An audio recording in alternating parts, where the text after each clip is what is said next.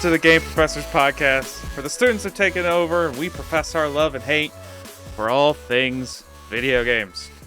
In today's course, we've got some non-traditional subscription-based hardware-software gaining traction, which I absolutely hate. Nintendo thinks marketing is more important than development. Logitech reinvents the wheel and it might actually be good. Afraid of burning cash on OLED gaming monitors? Well, fear no longer, because someone has done a long-term burn-in analysis. We finally get to that NVIDIA discussion from last week that I mentioned, where Heru will appreciate what they're doing. Discord decides that a major data breach wasn't enough to dissuade them from collecting more people's data. And finally, WoW developers lament that they don't have a friendlier and wider appealing name. But before all that, we'll get into some quick discussions. I do want to get into a personalized story. Now, Heru, I don't know if you know this product exists. Now, I'm sure a lot of people do, but it's just not something that ever came across my radar. So, I went from 4 sticks of RAM on AM4 to only 2 because with AM5 going over 6,000 megatransfers on more than 2 sticks of RAM causes them to overall slow down. So it makes sense to have the 2 sticks. Now, I have 2 empty slots on my board, and that makes me sad. Now, specifically, I have Corsair, and they sell RGB light enhancement kits, which is just fake RAM. I personally did not actually know this existed. This never came across my particular board. I'm sure a lot of people did. I just did not, but I now have it, and it's going into my computer at some point. Good. Did you know that existed? I just legitimately, it never came across my bow. I'm sure someone's mentioned it at some point, but no. And before we go further, I want to apologize about my voice. I am sick at the moment, but, the show must go on and so forth. I mean, you're always sick, but you are definitely ill at the moment, which is unfortunate. But yeah, clearly these sticks that I have in my hand, they're not metal because there's no need for a heatsink. So it's just the matching plastic color with the RGB on the top of the RAM stick in the exact same shape and model. Because Corsair sells their different varieties of RAM models, all fake kits. So if you have 2 sticks of Corsair RAM out there and you want to fill all 4 slots with the bright, shiny colors that we all must have in all of our computers, you can go buy a fake RAM kit. And guess what? The prices haven't increased like the regular RAM has. So Weird. So you can still buy it at an affordable price. It's no problem. I wonder, because it still has to go in the slot, and it still has to be addressable. Yeah.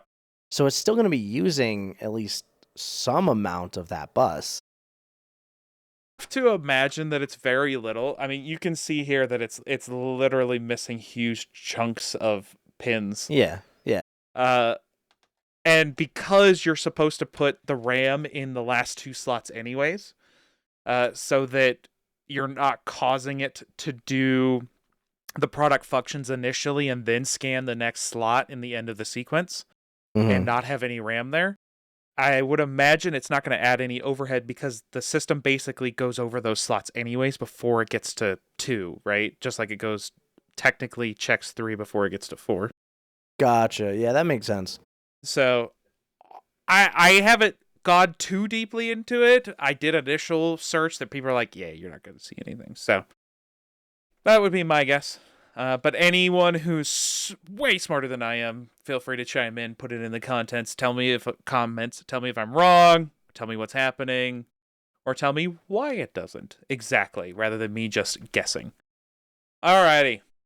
So we're going to circle back, because we have some Highguard news.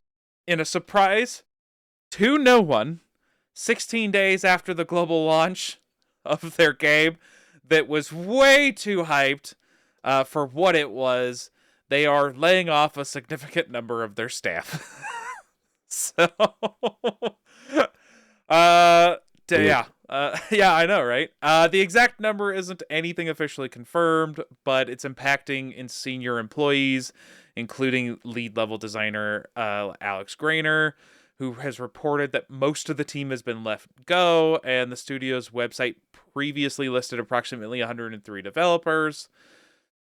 The official stance is that they are confirming the cuts but keeping a core group to support the game, pivoting to a maintenance mode, which I will remind people that they put out a year-long roadmap, which I absolutely despise most of the time, especially when a game isn't actually finished and in a working state. So I don't know how you're going to deliver all this content with only core members on a game that needs a lot of work. So, Yep. Yeah, not a surprise to anyone. That game should never have been hyped to where it was. So here we are. It is what it is. Anyways. I mean, it just kind of makes me wonder. They had that many developers. How many were they gonna get rid of anyways, right? Like, launch to layoff happens pretty regularly, right? Oh, 100% sure. It's pretty normal in the industry. It sucks, but it's the reality. The game's not technically launched, right? Isn't it early access, or am I mistaken in that? No, I thought it was full launch, but I could be wrong. Hey, look here. Yeah, I guess it's full launch. It just didn't feel like a full launch with all the problems that it had. I mean, to the surprise of no one. Yeah, it is full launch. So, well, you are right. Yeah, technically, you go down or shift those developers to work on something else. Right. The next title or extra content or whatever. But yeah, exactly. So I don't know. It's kind of weird. But you're right. The whole fact of the matter that they put out a 1 year long roadmap, and they're keeping, when someone says most, right, they generally mean more than 50%. So what are we talking?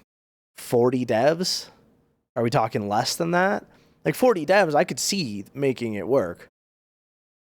But if we're talking less than that, we're going down to 30, 20. Now it's starting to get questionable. Yeah, between maintenance, bug killing, and content generation, exactly, just doesn't seem possible. Yep. Oh man. Well, I don't wish for a game to fail. There were too many concepts they tried to implement, but it had some interesting ideas, so hopefully they can bring it back around. Doubt it, but hopefully they can. Okay. Outside of that, I am sad that you already upgraded your computer, because I found a new processor for you. And it's a $12,000 processor. Oh. Because I just didn't feel like your computer had enough power in it. And so basically what happened is some enterprising individuals decided to overkill and over-engineer their basically factory Ryzen Threadripper Pro 9995 WX processor. So that's a 96 core, 192 thread processor, and essentially what they did is they machined the IHS into a direct water cooling block. Okay. So, for most people that don't know, IHS, integrated heat spreader, that's the actual square of metal that you see when you hold your processor, because below that is the actual die, which is obviously very fragile. And so that die is connecting to that heat spreader, which that heat spreader you then you put on your actual thermal paste, and then your cooling solution goes on top. So what they've done is they've taken that heat spreader, and I don't know, it's not entirely clear here whether or not they removed it and modified that one or put a new one on, but my guess is they put an entire new one on. And basically, in water cooling, you cut fins, very thin fins, for the water to flow over so that it takes the heat away really quickly. And that's what they did. It integrated it into a water cooling system. and they were able to get that processor to pull 1,340 watts. I don't And think to be you clear realize. here, the factory limit is 350. Jesus. So they've pumped in, because they were able to keep the whole thing cool, they were able to pump in 4 times the power of this thing.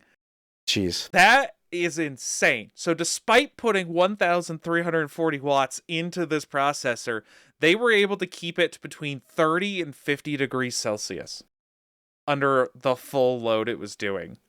Mm-hmm. It got such crazy performance that it ranked 7th place on Cinebench.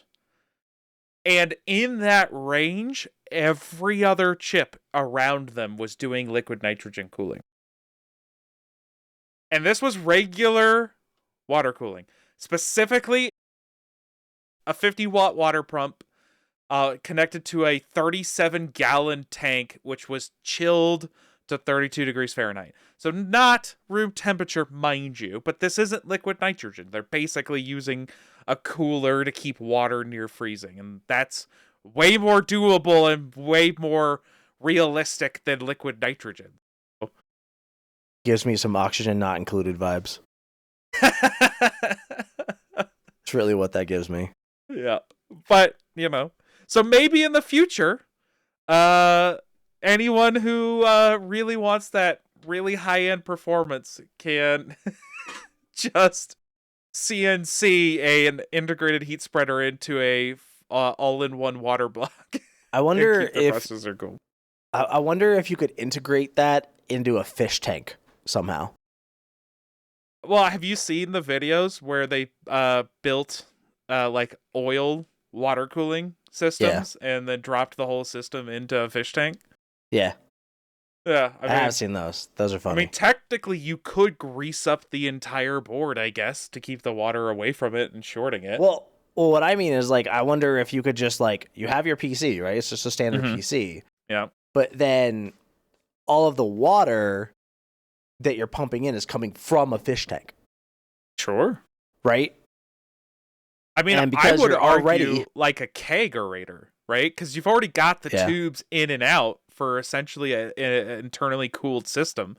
Yeah. So just, have the keg be water. Yeah, but if you're already going to have 37 gallons anyways. You want actual fish in it. Yeah. Like I said, well, yeah, if you're going to have 37 gallons anyways, you might as well have the fish.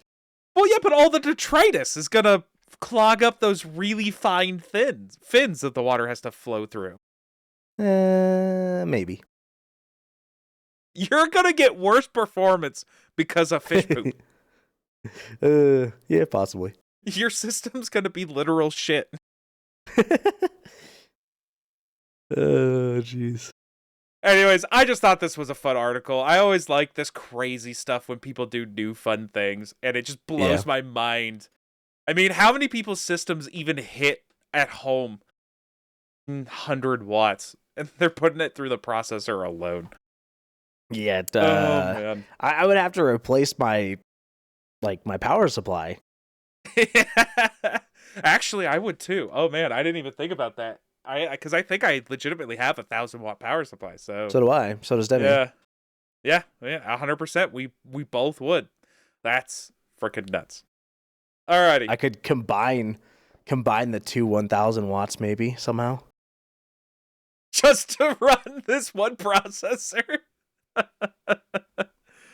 Oh man, that's one hella expensive board to be able to pump that power in. Speaking of Threadripper though, my old Threadripper, which is 2 builds ago, is still running strong. Yeah? I mean, I think AMD has made good stuff over the years. It's one of the reasons why they took over the server market, is with how good those processors were. Yeah, I want to say it was like a 1920, something like that. I don't know. Maru has it. I mean, yeah, it's a good piece of kit. Still functional. I actually just saw a thing which maybe we'll talk about it next week. But like the best selling processor is still like the 5800X or something, 5700X, which is nuts. So actually, I think we mentioned it a little bit last week. I think that's where it was. Anyways, one other quick announcement this week. ESRB has a couple, actually, a couple things with Resident Evil. Specifically, one of them kind of leaked that there was an ESRB rating for Resident Evil 5 Remake, specifically for, so far, the Xbox Series platform, but probably for everything. However, it explicitly mentions in-game purchases, which the original game didn't really have. It had DLC, not necessarily in-game purchases. And the listing is bare bones, so we don't really have anything other than speculation. There is a PlayStation State of Play tomorrow, so maybe there'll be something there that shows off that particular remake. It has been a while. The last remake that came out was the RE4 one, which we mentioned Capcom struggling with that last week, which came out in 2023, so you're talking 2.5 years ago.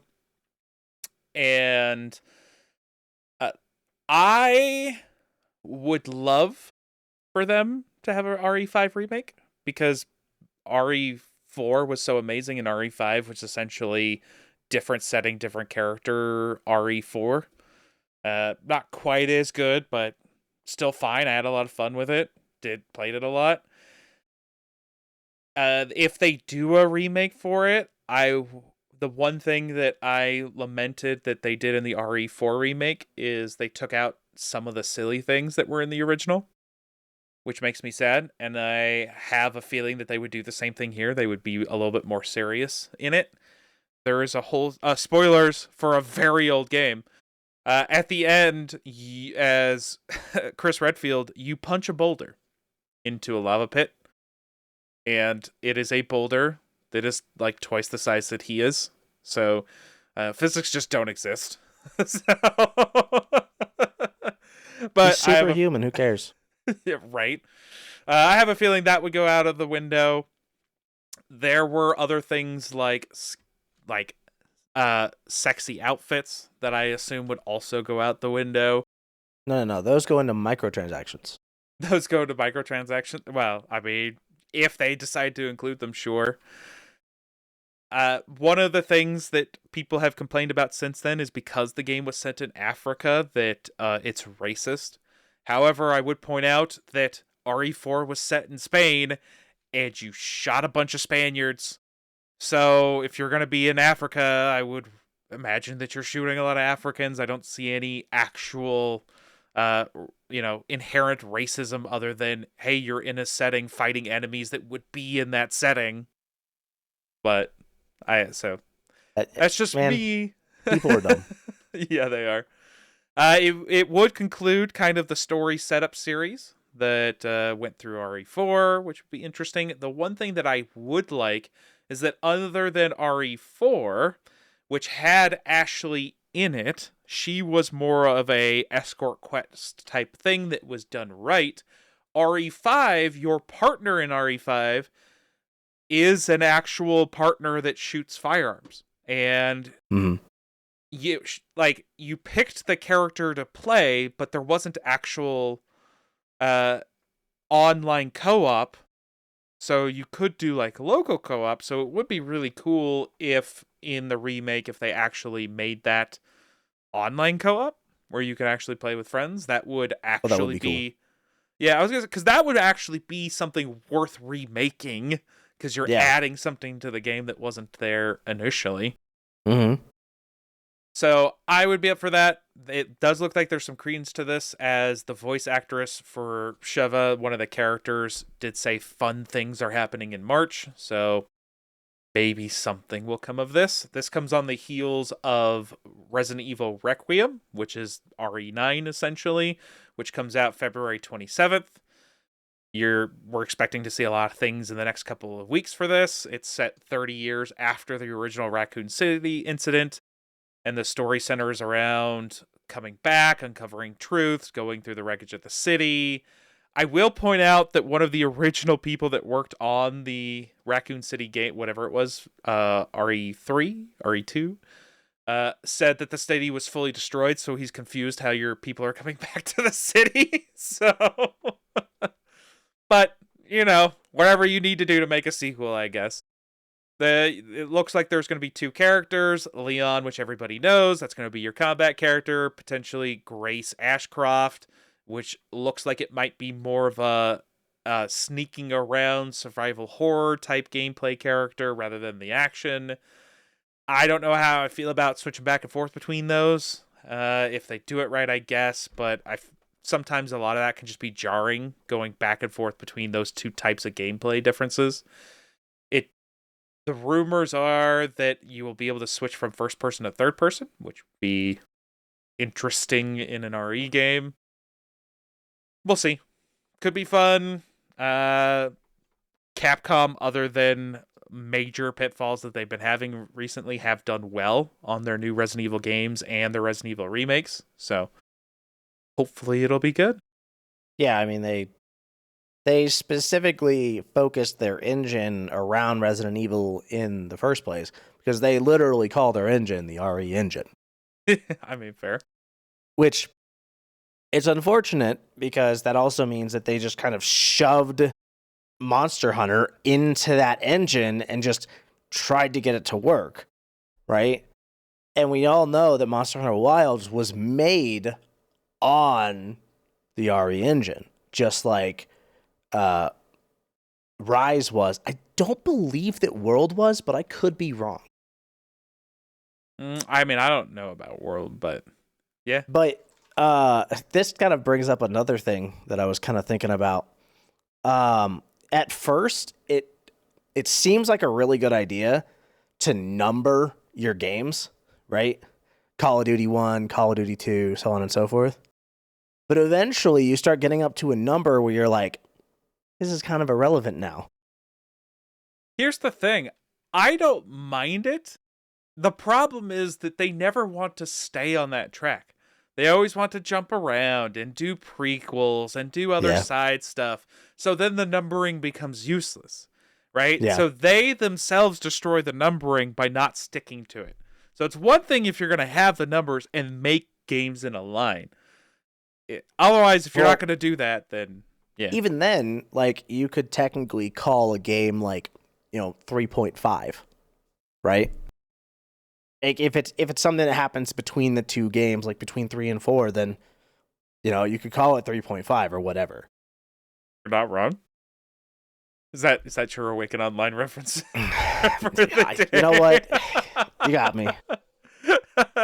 Any Awaken Online fans out there, throw a comment down. What's your favorite book? What's your favorite side quest? Or do you There's still a new one read coming them? out in March. Alrighty. I think that's good for lecture lowdown. Let's get into business. Alright, business and econ. Always in over our heads with this one, but very, very passionate about this one, and it drives me nuts that this thing exists at all.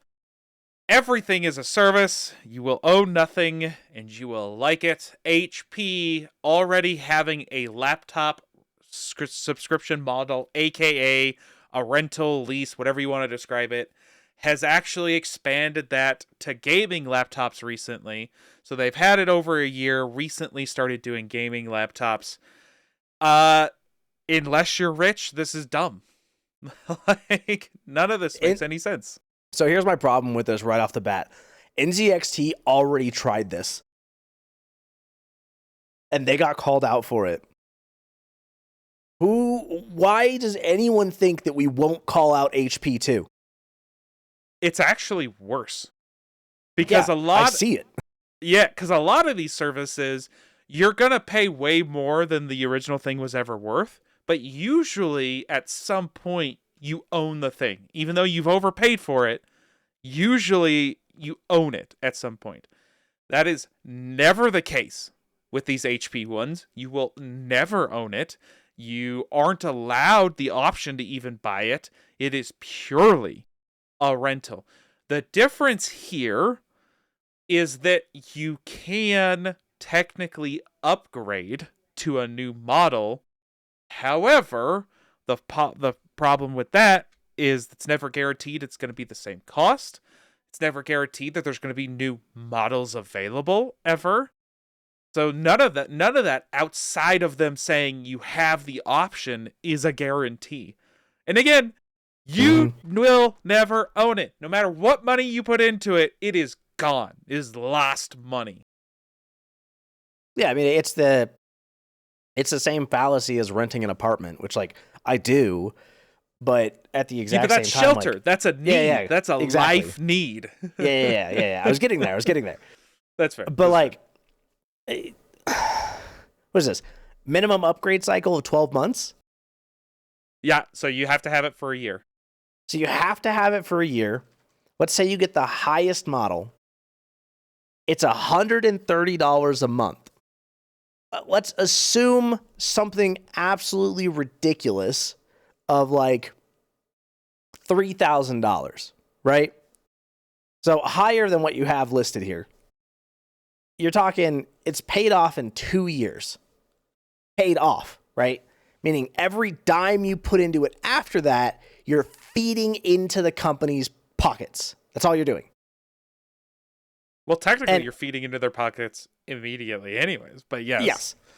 Well, and not only that, on top of all of these things,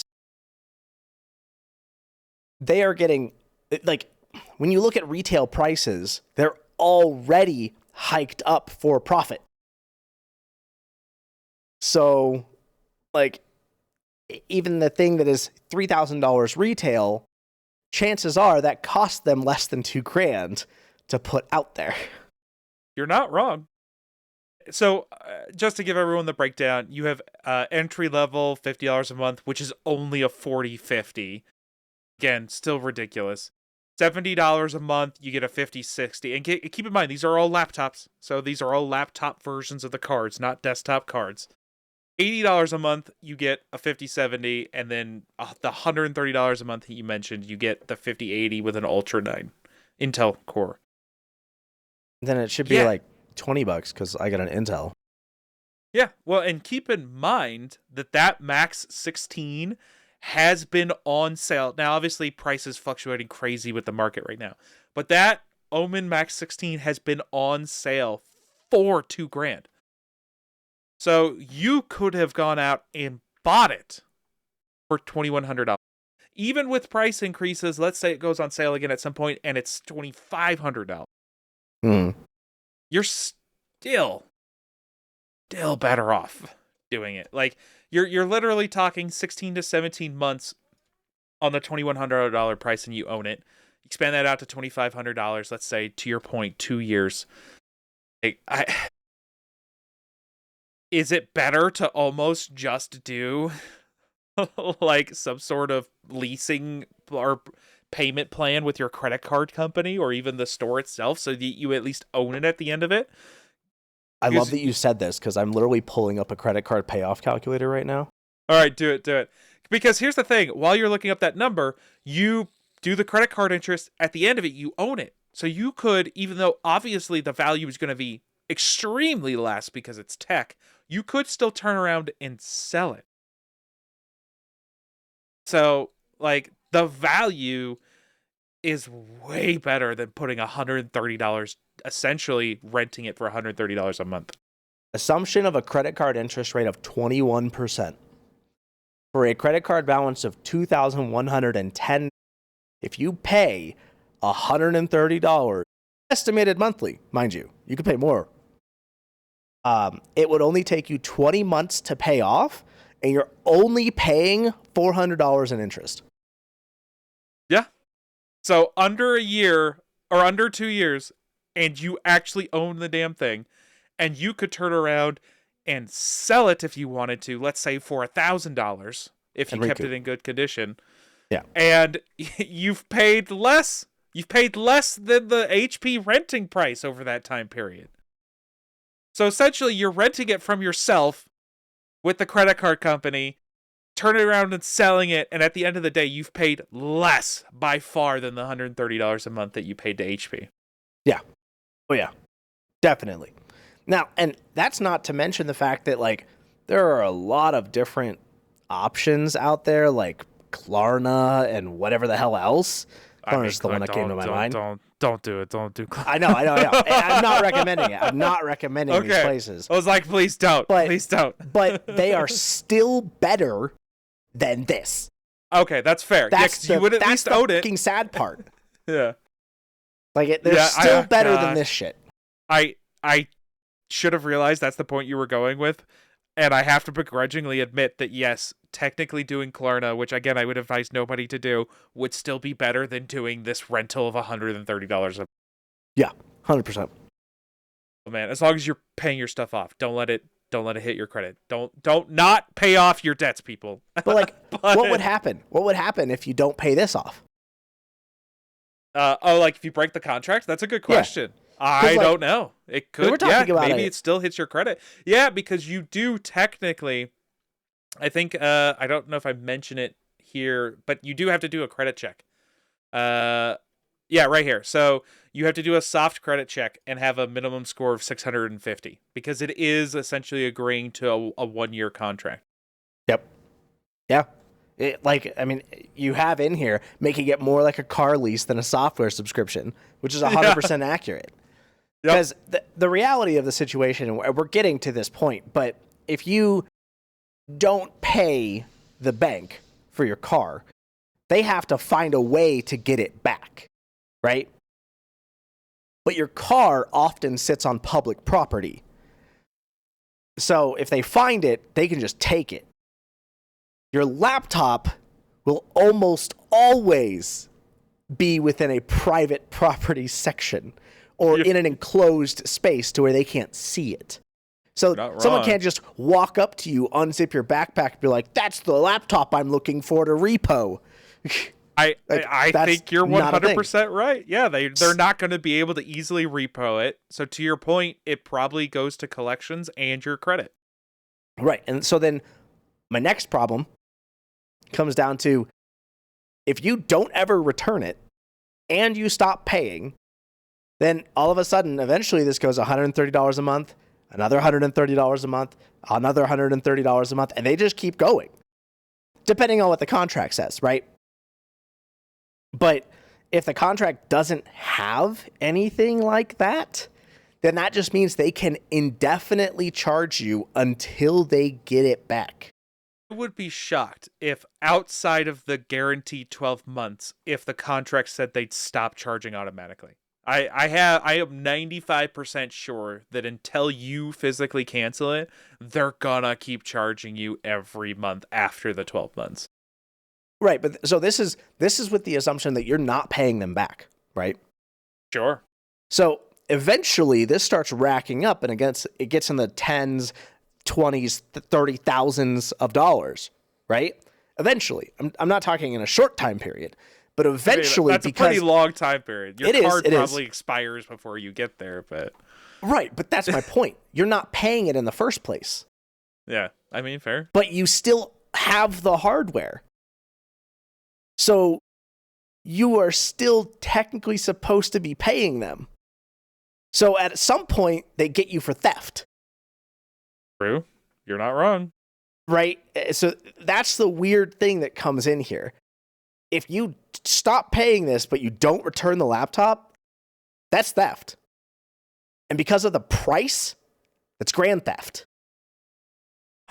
Yeah, for a laptop. Oh my god. But I'm right. That's the fucking terrifying part. You're not wrong. I would imagine there's somewhere in there where it ends up being more of a collection credit debt thing rather than full-on theft. But possibly. Your logic is still technically there, but I don't think it would go that far. But the point being is it is ridiculous, and it could get to ridiculous portions. And the one thing you haven't even mentioned yet, that if you are a responsible person and realize how bad this is and want to cancel your subscription, it results in a $1,400 essentially $1,430 cancellation fee along with sending the laptop back. Is that a flat cancellation fee or is it based on months left?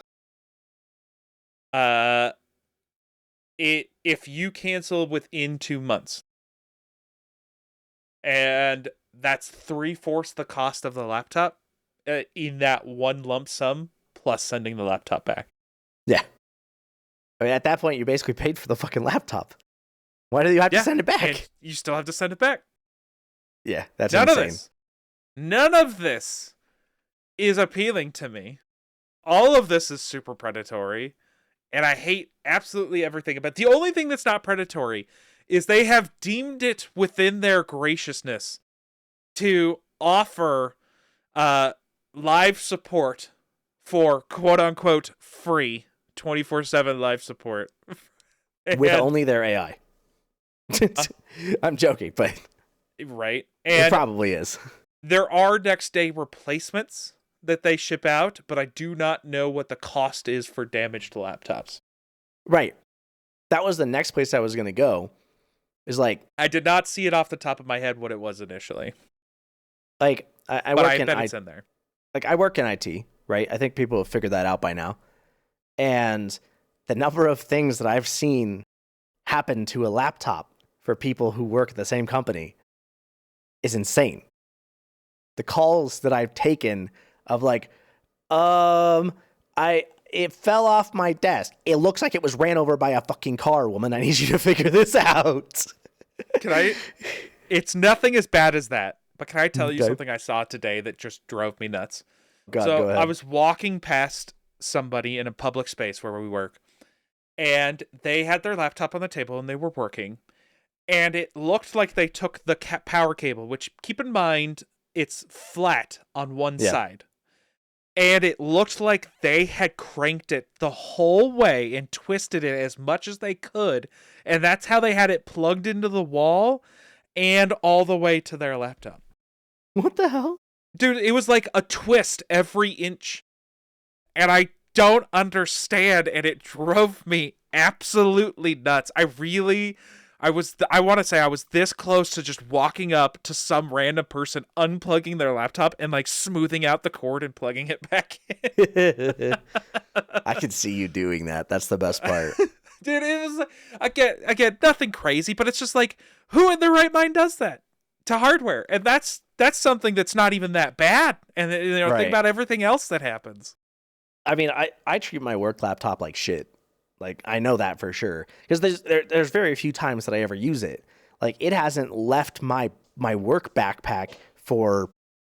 Yeah, but there's your like 2 weeks. Version of treating it like shit. And then there's people using their laptop as a coffee coaster. Oh my God, yeah. Like, You're not there's wrong. Differences. It's not how you would treat your own stuff, sure, but I would imagine you're treating it like shit is still better than 80% of what other people do. You're probably right. Yeah, it's ridiculous.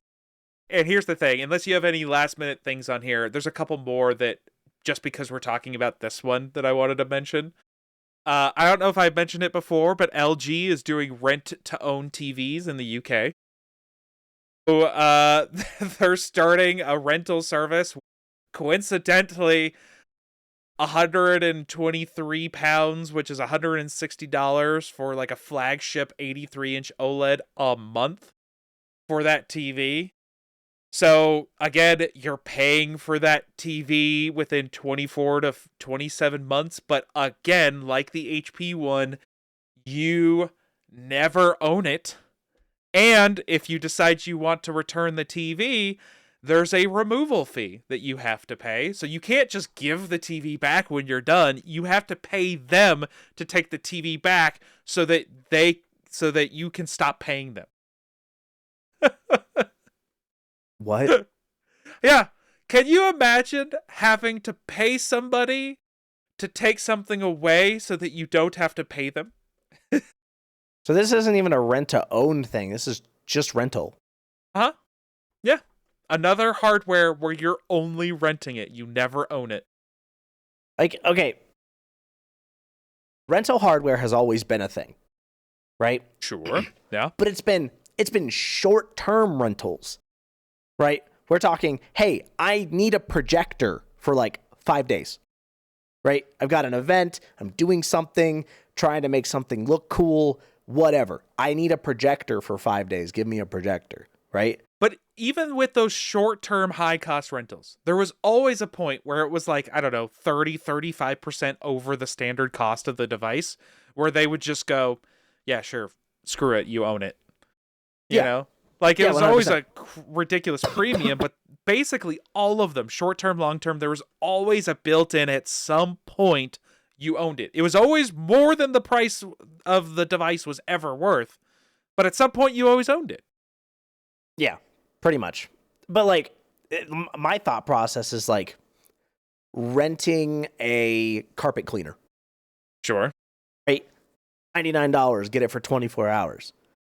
Meanwhile, that carpet cleaner is like, what, $2,500 plus dollars? I mean, that's fair. Yeah, you're not wrong. Like that's a legitimate rental. Yeah, that those do exist. Yeah, I mean, I see them all the time at the pet store. I mean, fair. But yeah, I don't know, man. Like these companies, the gall is insane to me. Yeah, I mean, and it's not the only one. Apparently in the 2025 Toyota Camry, now keep in mind this comes from a post that I haven't done extensive research on, but it wouldn't surprise me if this existed, but it's alleging that Toyota's connected services, which includes things like digital keys, which is using your phone to unlock your car, integrated streaming with Apple Music or Amazon Music, are subscription-based paywalled stuff. So to get the features that are built into the hardware/software of your car, they're there. They exist. And again, this isn't even using anything outside of other hardware that you pay for, right? Like, you're not paying Toyota for this music. You're Correct. paying Apple or Amazon. But they're going to charge you a monthly fee for you to be able to access your stuff in your car. Yeah, it's insane. I know that Tesla does some shit like this too. So if you purchase a Tesla, you have to purchase each individual module that you want within the car, and they'll all come with the car, right? They just turn them off or on based on whether or not you've paid for them. If you sell that car and it transfers names, they get a notification and they turn off all services. All optional services they turn off. And that person who now bought the car needs to contact Tesla and repurchase all of those things. But they don't refund the first guy. I mean, you're not wrong. It's ridiculous, the gall of these companies. I mean, here's the thing. I think the difference here is a little bit, is that a lot of some of the Tesla stuff is like integrated things where it's using Tesla-based software from a server platform, right? I don't like it. I think the cost is somewhat ridiculous. Yes. But there is at least a maintenance cost built into that particular aspect. Again, still ridiculous, but because of stuff like that, that's how we got here, and this is above and beyond obnoxious. Yeah, you're 100% right, and it drives me insane, which is why I don't feed into it. Like, I refuse, and I really hope that everybody else is the same. I mean, if we all band together, then yeah, we have the power, but man, getting human beings to do that. Yeah, I mean, shit, we can't even do it for microtransactions. No, we let that exist. We went from horse armor to paying for in-game speed-ups so that you can avoid grind, which they build in the grind so that you'll pay for the in-game speed-ups. You know, that's like one of the few things that I actually really like about grinding gear games, which is the makers of Path of Exile.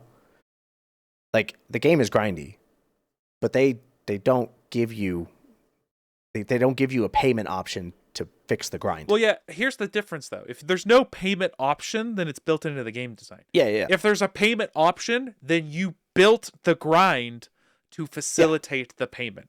Yeah. Well, that's what I'm saying, is that, like, Yeah. they easily could.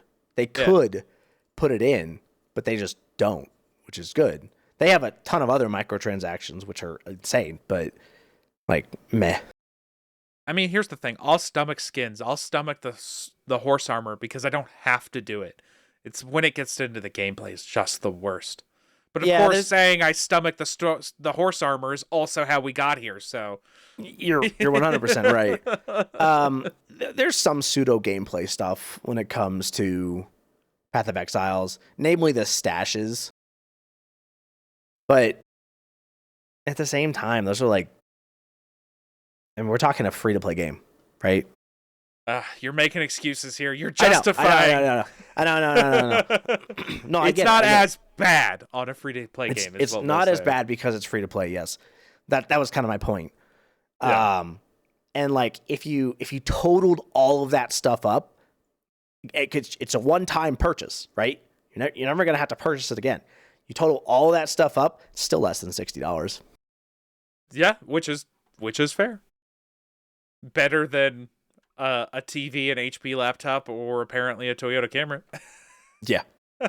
Well, I mean, I would hope it's less than a Toyota Camry. Well, no, that's less than the subscription for your Apple Music after 2 months. I know. It's ridiculous. At $25 a month. Alrighty. Allegedly. Alrighty. I think it's enough of me hating on subscription stuff, which I will never not. And let's move on to talking about how Nintendo/Game Freak decided that advertising Pokemon for the 30th anniversary was a better value for money than putting that exact same money into actual development of their game. So, I'm surprised. Right. So if anyone doesn't understand, as of this recording, the Super Bowl was this last weekend. Right? And if you're outside of America, Super Bowl is the American big giant extravaganza championship for American football. It's the biggest televised event here in the States. It's one of the biggest in the world.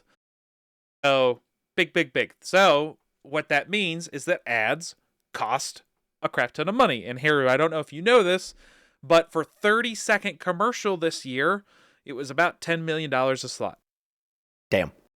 So, if you can do the math, if you had a 60-second commercial, you're looking at, and it's like 8 to 10. So you're looking between $16 and $20 million for a 60-second commercial, right? Oh, Nintendo/Game Freak, for the 30th anniversary celebration, had a 60-second commercial featuring multiple stars, including a lot of singers, actresses, actors, and other sports people, soccer players. Literally, it's like Lady Gaga, someone from Blackpink, there was an F1 driver, like some big name stuff, and they were fair enough. And they're revealing their favorite Pokemon. Honestly, I thought it was a great ad. Thought it was a fun ad. I enjoyed it. But keep in mind, that doesn't even include the cost of making the ad and paying all of those people. Just the cost of the airtime alone basically exceeded the budget for Pokemon Legends Z to A. You know those little pop-ups you get in relationship-based games? Okay, yeah. Like in like the top left where it's like, such and such will remember that. Such and such liked that. Yeah? Right? Okay. Yeah. Here's the pop-up for this. Everybody hated that. Yeah, right? Oh, man. At the time, I didn't even think about it. Like, I was just like, oh, yeah, that's a fun ad. And we had actually talked about this budget previously a while ago because it came out in a leak that the budget for Z2A was approximately $13 million.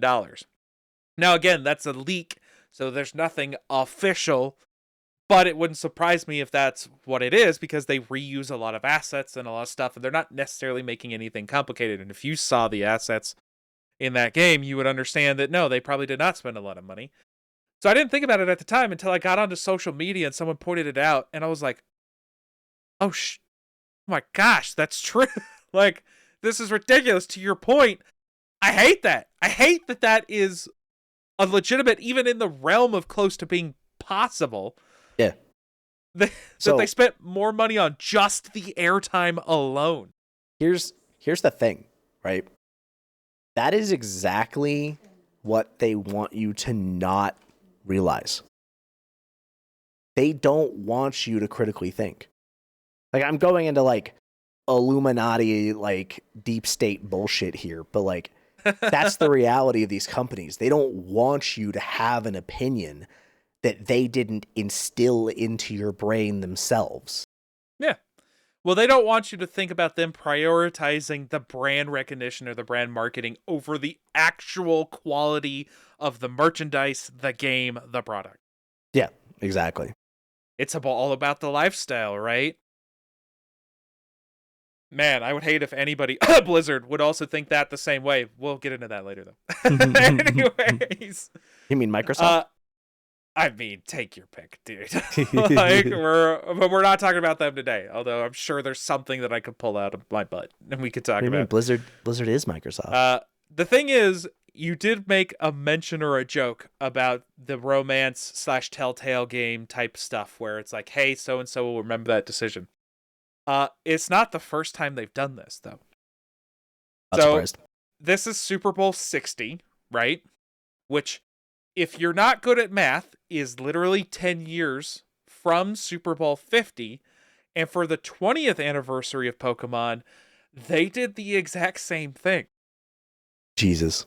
They did a 60-second ad during Super Bowl 50 in 2016, which had the exact same budget versus quality comparisons. Okay, so here's the thing. Okay. How many games in the Pokemon realm did they come out with in that time? And what was the budget of all of those combined? I mean, you see where I'm going? It's a good question, but here's the thing. Even if that one ad between the making it and the cost, let's say making it is the same amount of the 60-second cost. Let's just double the price. If that's the cost of 2 mainline games in the series, is absolutely obnoxious.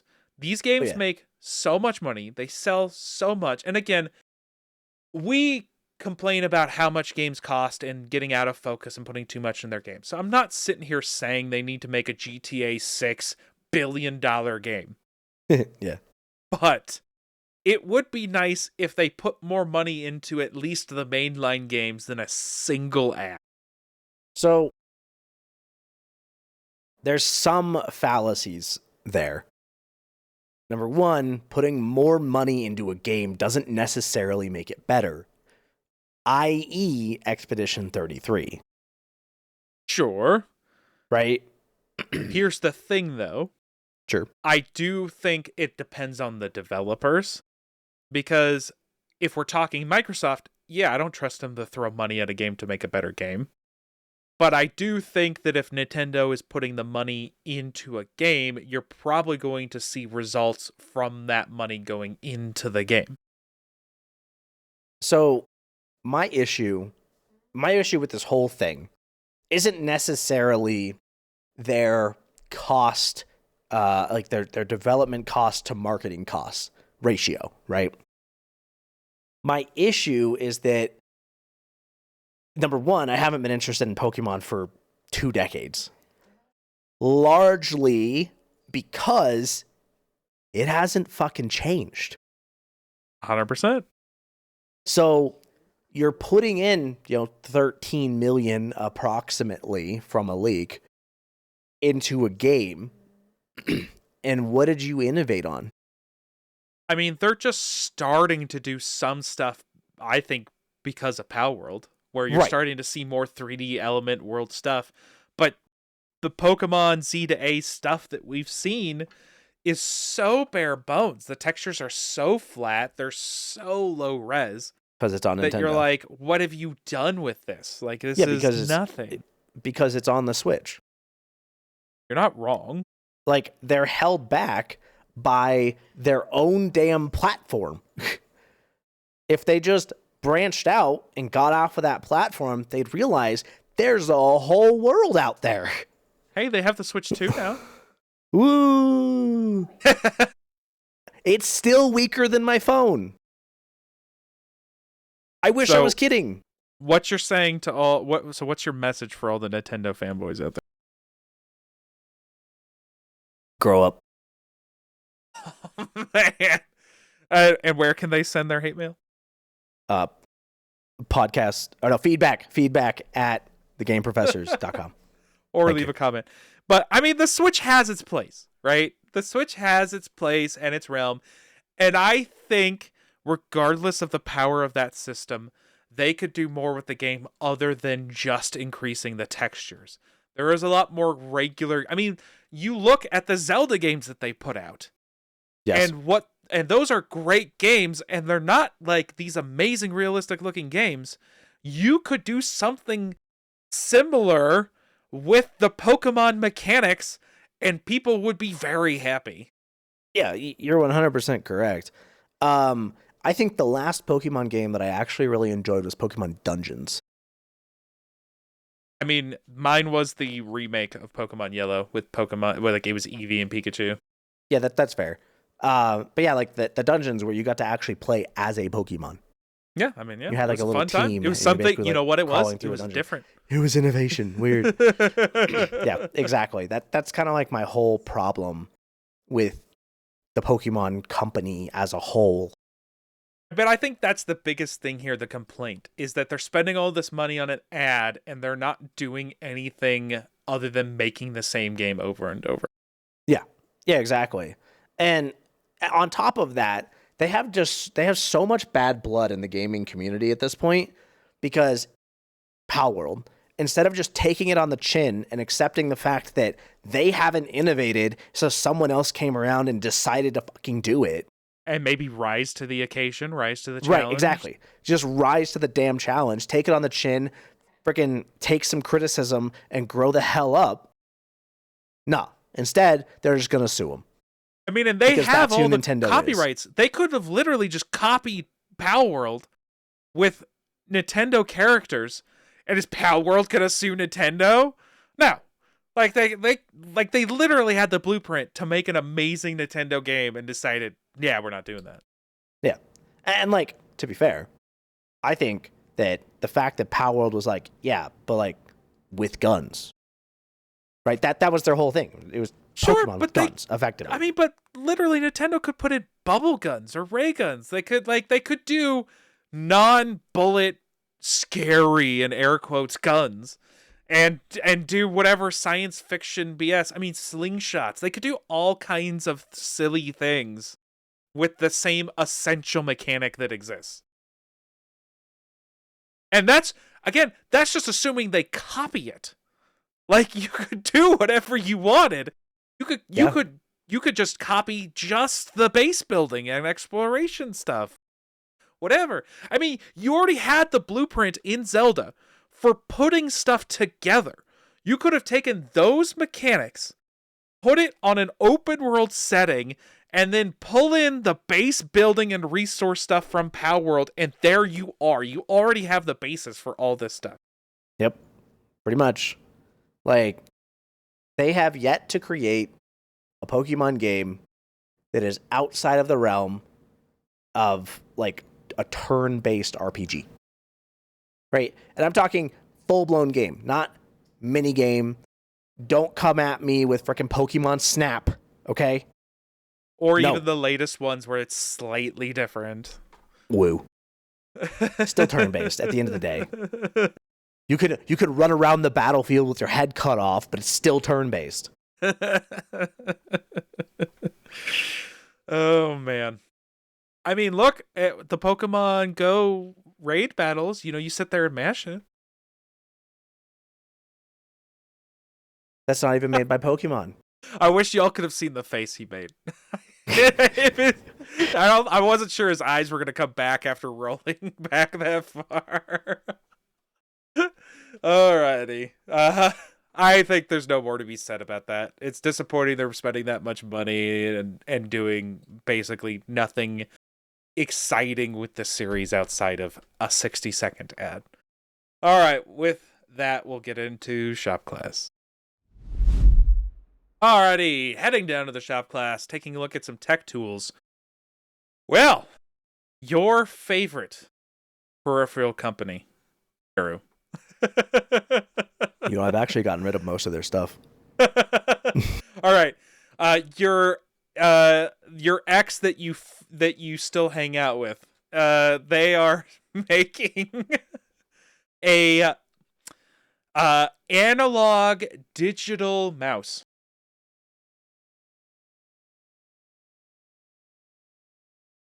Antonyms? No, it's real. So, the Logitech G Pro X2 Super Strike, because you can't have enough in the name of your product, officially launched on February 10th. As of right now, you can go to Best Buy and buy this. And oh man, I am so tempted if I had the money. It's actually not too crazy. $180 is crazy expensive for the mouse, mind you. But in the grand scheme of high-end mice, it is not necessarily off the deep end for what you're going to pay. However, you do only get the 2 main buttons and the 2 side buttons. So on the surface, you're not necessarily getting anything crazy with this mouse. However, as I've mentioned, it is a fully digital analog sensing system. So get into it. They removed the physical switches. There is no physically clicking switch in the mouse anymore, and what they've put in there instead is an electromagnetic induction system, which is essentially a metal coil and a magnet, that measures the distance of a button press with a sub-micron precision. And the click comes from a haptic feedback actuator. There is no physical click that is happening. Now, if you want to know how are they clicking without a physical click, what's haptic feedback, it's essentially what MacBooks do on their trackpad. So when you click on a MacBook trackpad, it's not physically clicking, that's some haptic feedback that's happening. Mm-hmm. So, why does this matter? Why is it interesting? Why would it be worth your money? Well, there's no necessarily physical travel distance, no bounds, nothing you have to wait for. There's no delay. This reduces latency up to 30 milliseconds, and you can adjust the actuation depth. So you can basically make a rapid trigger mouse without macros. So, yeah, so you can adjust the specific travel distance that you want for a click and reset click to be set. So you can set it really low if your goal is to get rapid fire shots. So for people who play shooters, I would imagine this is really good. For anything that requires any sort of rapid clicking, this is kind of the thing that you may want to check out. All right, so you would know better than me because my world is primarily strategy-based rather than reaction-based. Hall effect, things like that, have they been banned yet? I think there might have been initial reports of false bans, but I think for the most part, because... I mean, have they been banned in esports, specifically? Oh, the pros can't use them. I haven't seen major instances of it being banned yet, unless I'm mistaken and someone wants to correct me. And specifically, we'll get into it later, but they actually prototyped this. Actually, let's just get into it now.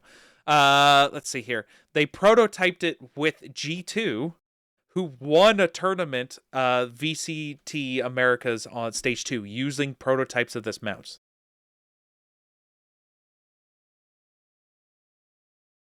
Not yet. Right. Not yet. I think it's now kind here's of the the thing key. here. It's not helping you, right? You still have to do the click.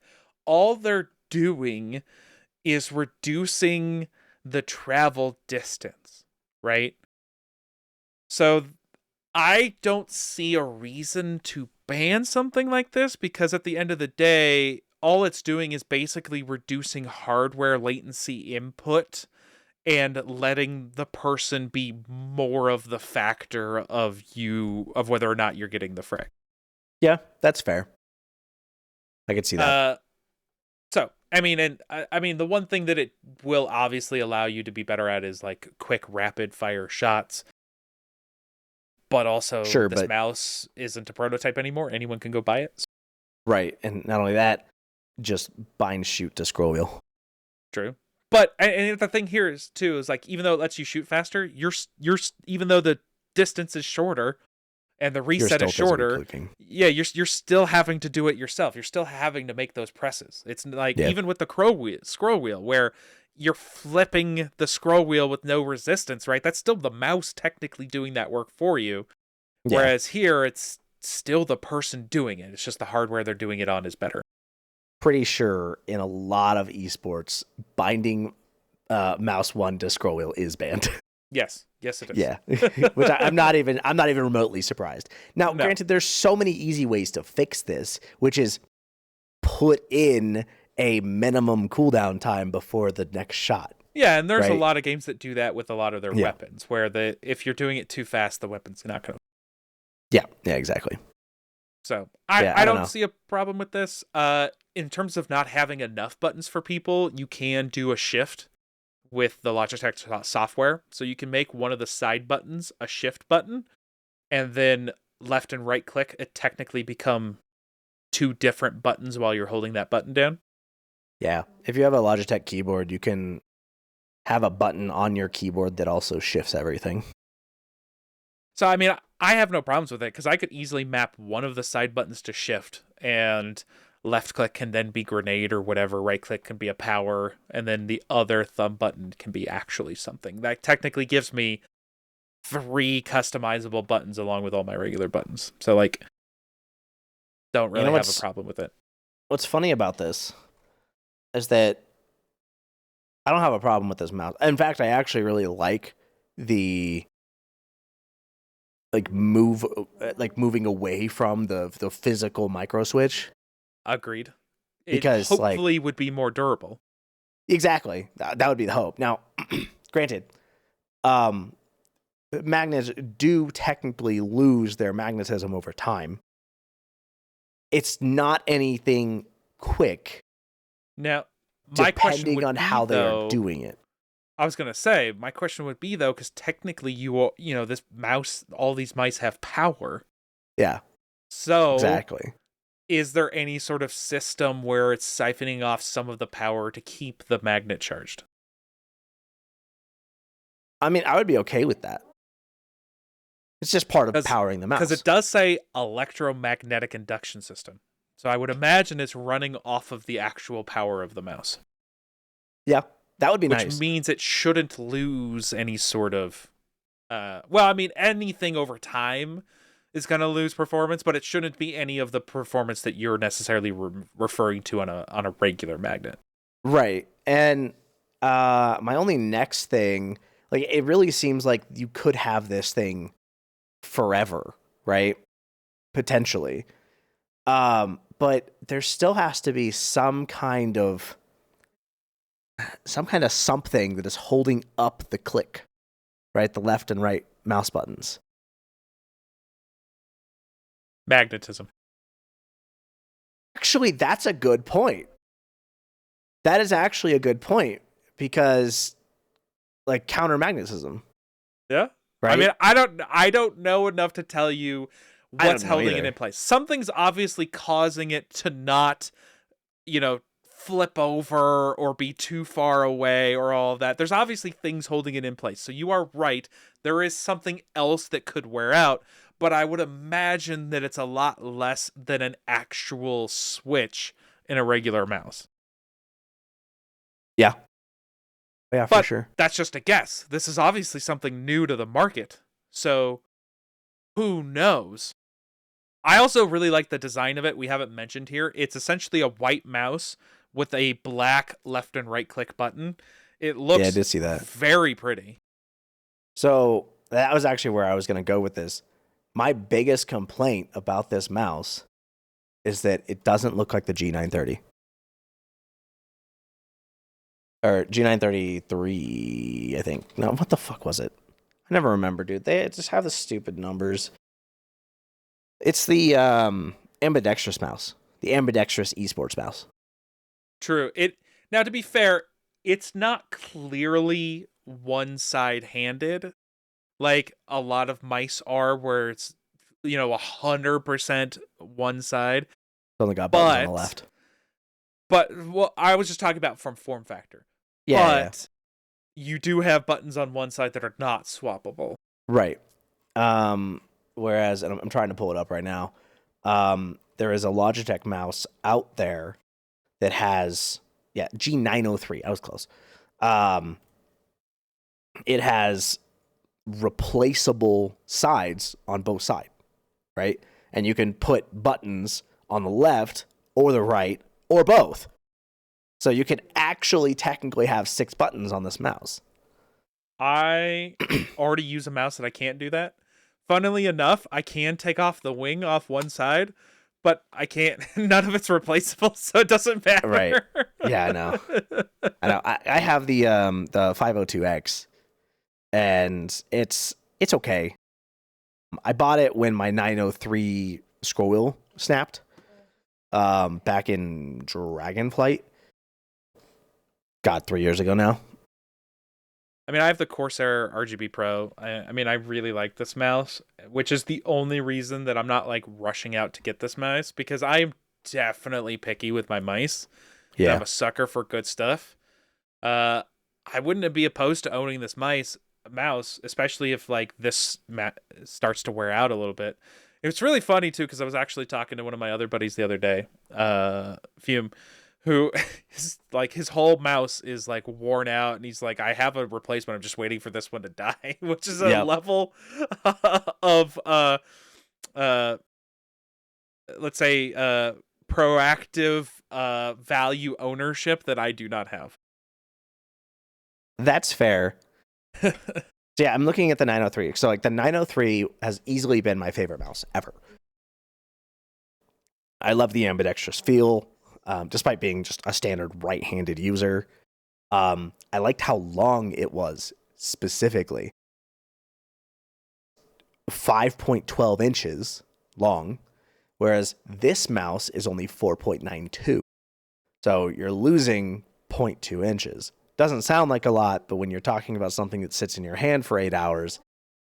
I mean, but that's going to be any mouse, right? Like, any mouse you use, you're going to have to... I mean... There's always one of the an reasons why I will only buy a mouse from a place that has a good return policy, because I'm definitely going to buy it, use it for a week or two, and go, am I enjoying this? Otherwise, I have to return it. But like, basically, this has been my problem with every mouse that Logitech has come out with that's not the 903. They're all smaller in every dimension, and they're all lighter. I'm not one of those people who like light mouses. Mice. I mean, is this one lighter? I mean, I see it's 61 grams. How much is the 903? 110. See, that's a bonus for me, though, because I do like really with light an mice. Optional 10 gram weight. Which I did have. I like really lightweight mice for my FPS stuff. Yeah, that's fair. I get it. I want it to feel like nothing's even there. It's just my hand and the mouse pad and clicking faces. That's entirely fair, and I get it, and like I definitely understand. So for me, a lot of the reason that I've always gone with the heavier mice is because when I first started gaming, I was gaming on a wired mouse, right? As I think most of us were. But I liked the feel of the resistance. Yeah, I mean, I don't know why. I mean, that's personal. I mean, all of that's personal preference, right? I'm not gonna, because that's the whole reason they have optional weights for mice, is because some people do like heavier versus lightweight mice. It's all personal preference.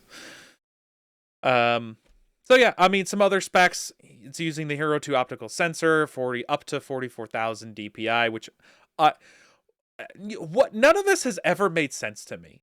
that were like, I get that it's There's a no better point. resolution, like it's potentially smoother, but what am I putting my in-game sensitivity down to? 0.001? Most games Like, won't even let you. I get that. I know, but that's my joke here, is that like, who's using this? Like, who's using this sensitivity?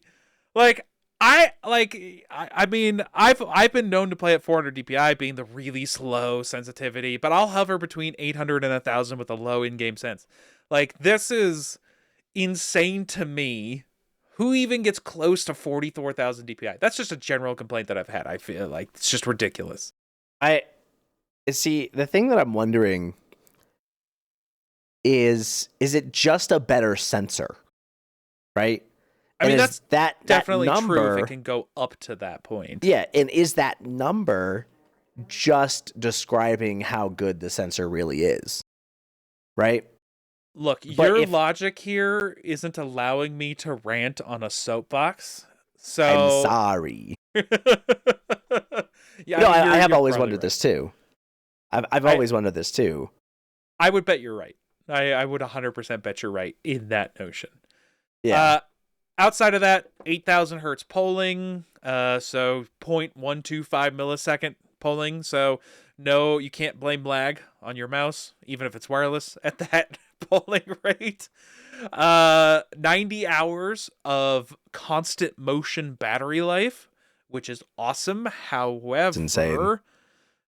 It will decrease if you decide to set the haptic feedback up to its maximum, which, sure, understandable, but you also don't have to set it to its maximum, so you don't need that. Oh, speaking of that, by the way, I would bet that would be the thing that fails first. Big system? Well, yeah, because that's something that's motion based, right? So think about controllers. How often does the rumble in a controller die before the actual controller itself? That's a great question. I don't think I've ever had a controller long enough, except for like my original PS1 controller, and I was too young and stupid to really realize that.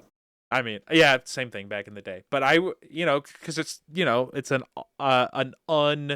it's an asymmetrical weight that's essentially spinning, right? To give that feedback. Oh yeah, I know how it works. Well, yeah, but that's my point, is that's probably the thing that fails first. Which, yeah, could you I'm trying to imagine see it. using a mouse with no feedback? That would be There's an option. hard. There's an option on this mouse. No, I know there's an option on this mouse, but I'm saying if the thing died, right, and I was forced to do it with zero haptics, oh man, it would be so hard to get used to having a mouse that had no physical response that I've done an input. Yeah. That would, I mean, I'm not saying I couldn't get used to it. I'm saying it would be weird for a while. Look, I'll buy this mouse if they can give me a 60-gram weight for it. I mean, I'm sure you could just tape a washer to it. What I actually there is that. What I could do is I could 3D print something. Okay. That can fit inside of the little bottom of the mouse. Sure. Where you would put the USB. It looks like it actually might have a weight. Might have an optional weight. I doubt it's 60 grams, just saying, but... I'm sure you could figure out a way to add extra weight to this. If that really was your problem, I have no doubt you could figure out a way to... Dude, you could go to a CNC place and I'm sure have them 3D scan whatever empty cavity exists on the mouse and have them cut you a piece of metal to put in there. Probably. I'm sure you could make that happen. Anyways, I thought this was a really interesting mouse.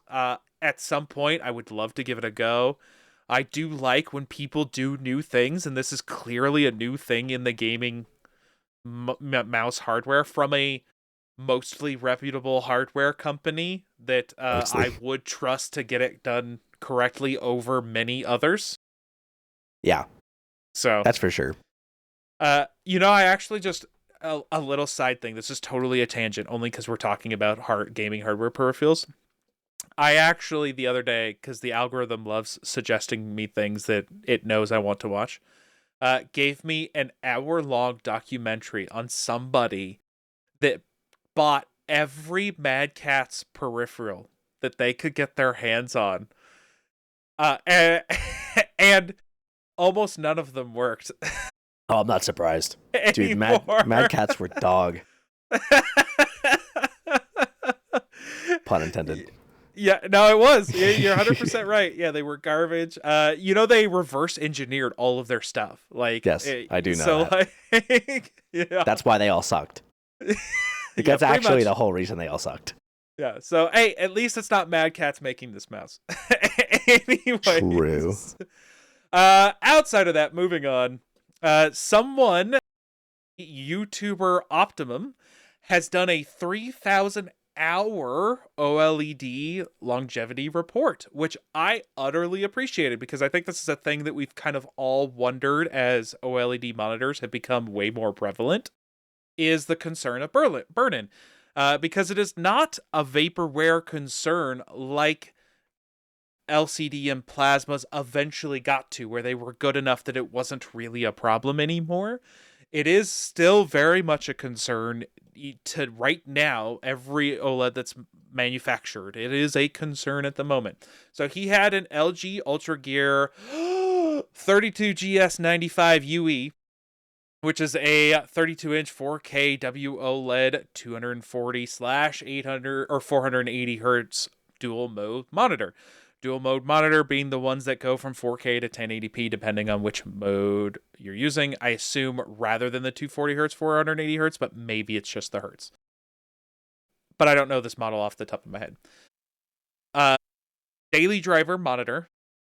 It is 3,000. He basically put it through its paces, logging 3,000 hours of usage on the monitor over 2 years.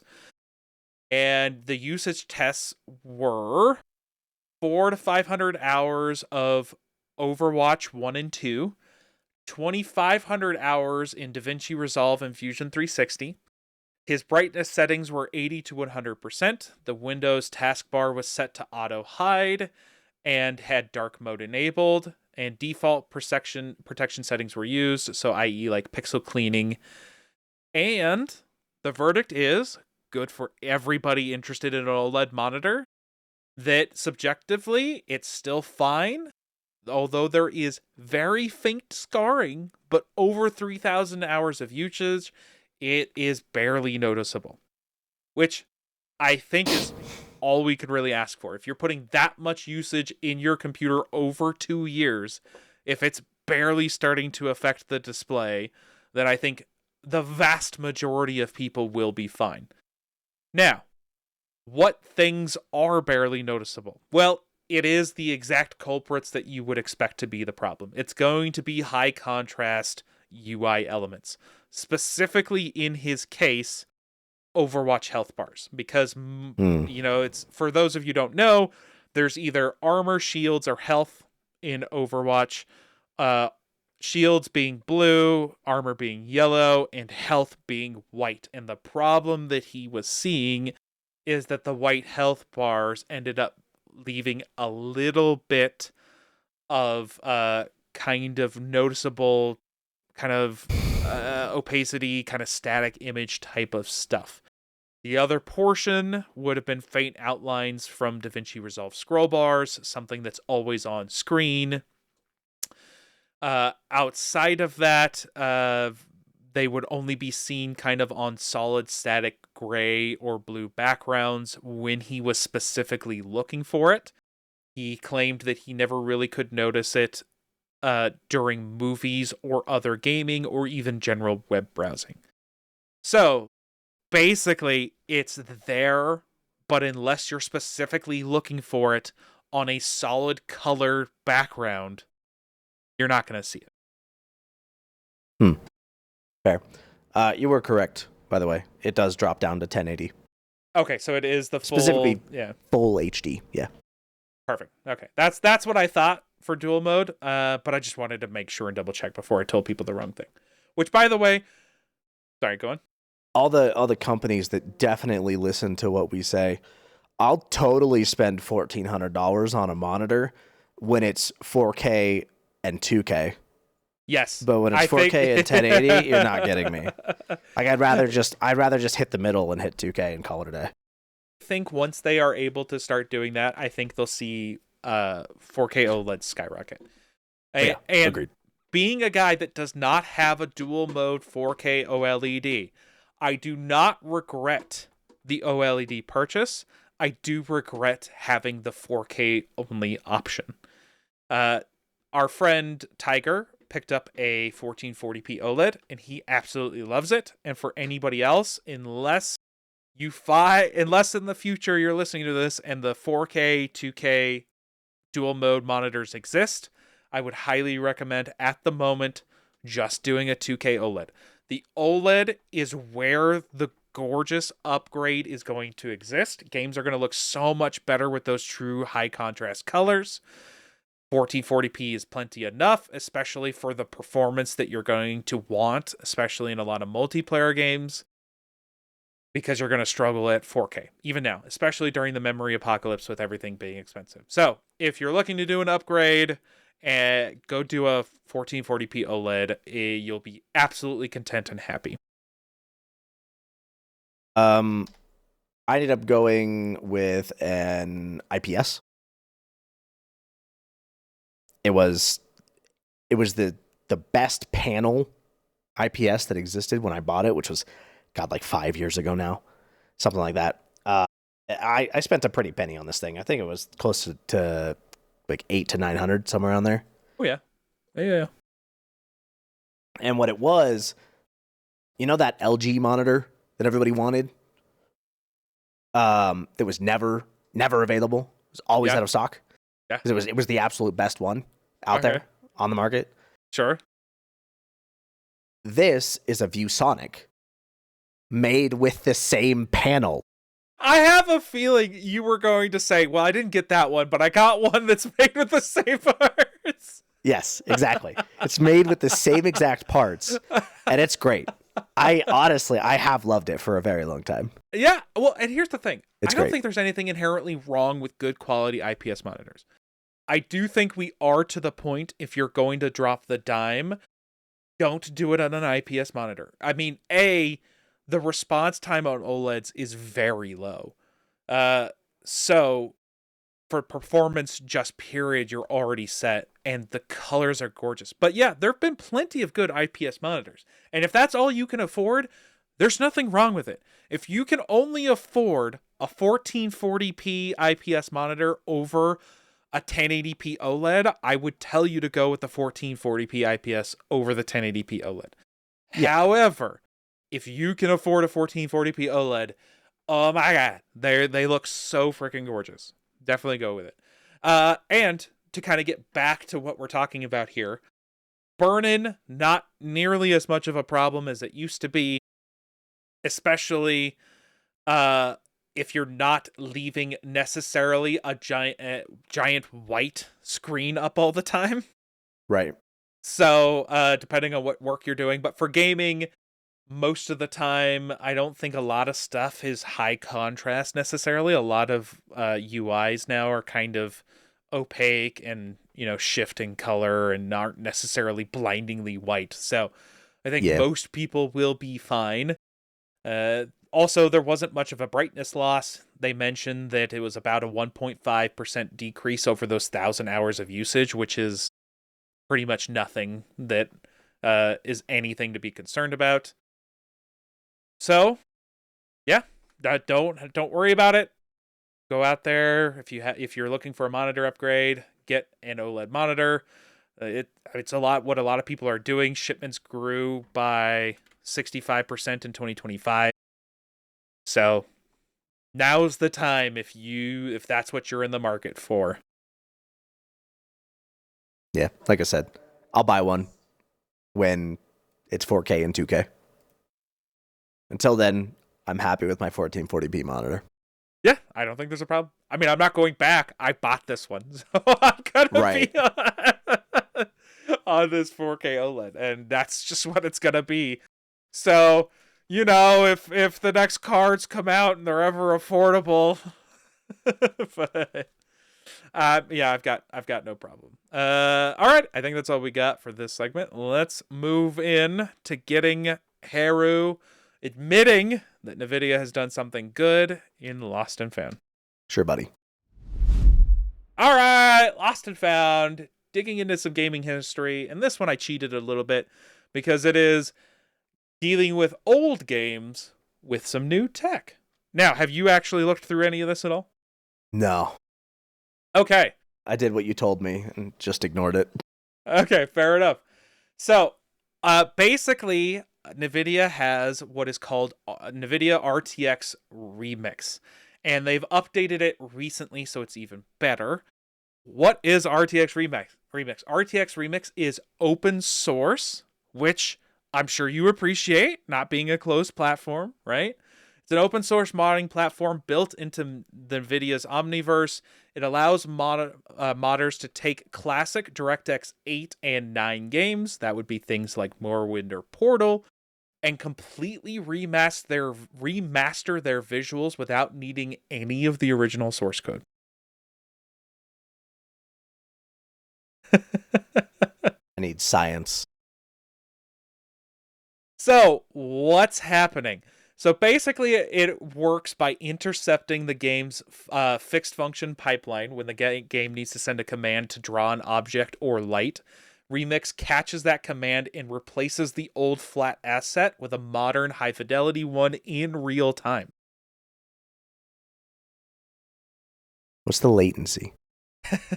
Well, I mean, I don't know about playing old multiplayer games competitively, but from what I've seen for anything that you're playing that's a single player game or a co-op game, nothing that you're going to be complaining about. Because keep in mind here too, DirectX 8 and 9 is so long ago that the performance you're going to need to run those games is completely blown out of the water. So for something like this, I would imagine that you're not necessarily doing a lot of heavy lifting in rendering the game by default, so you can focus on doing something like this.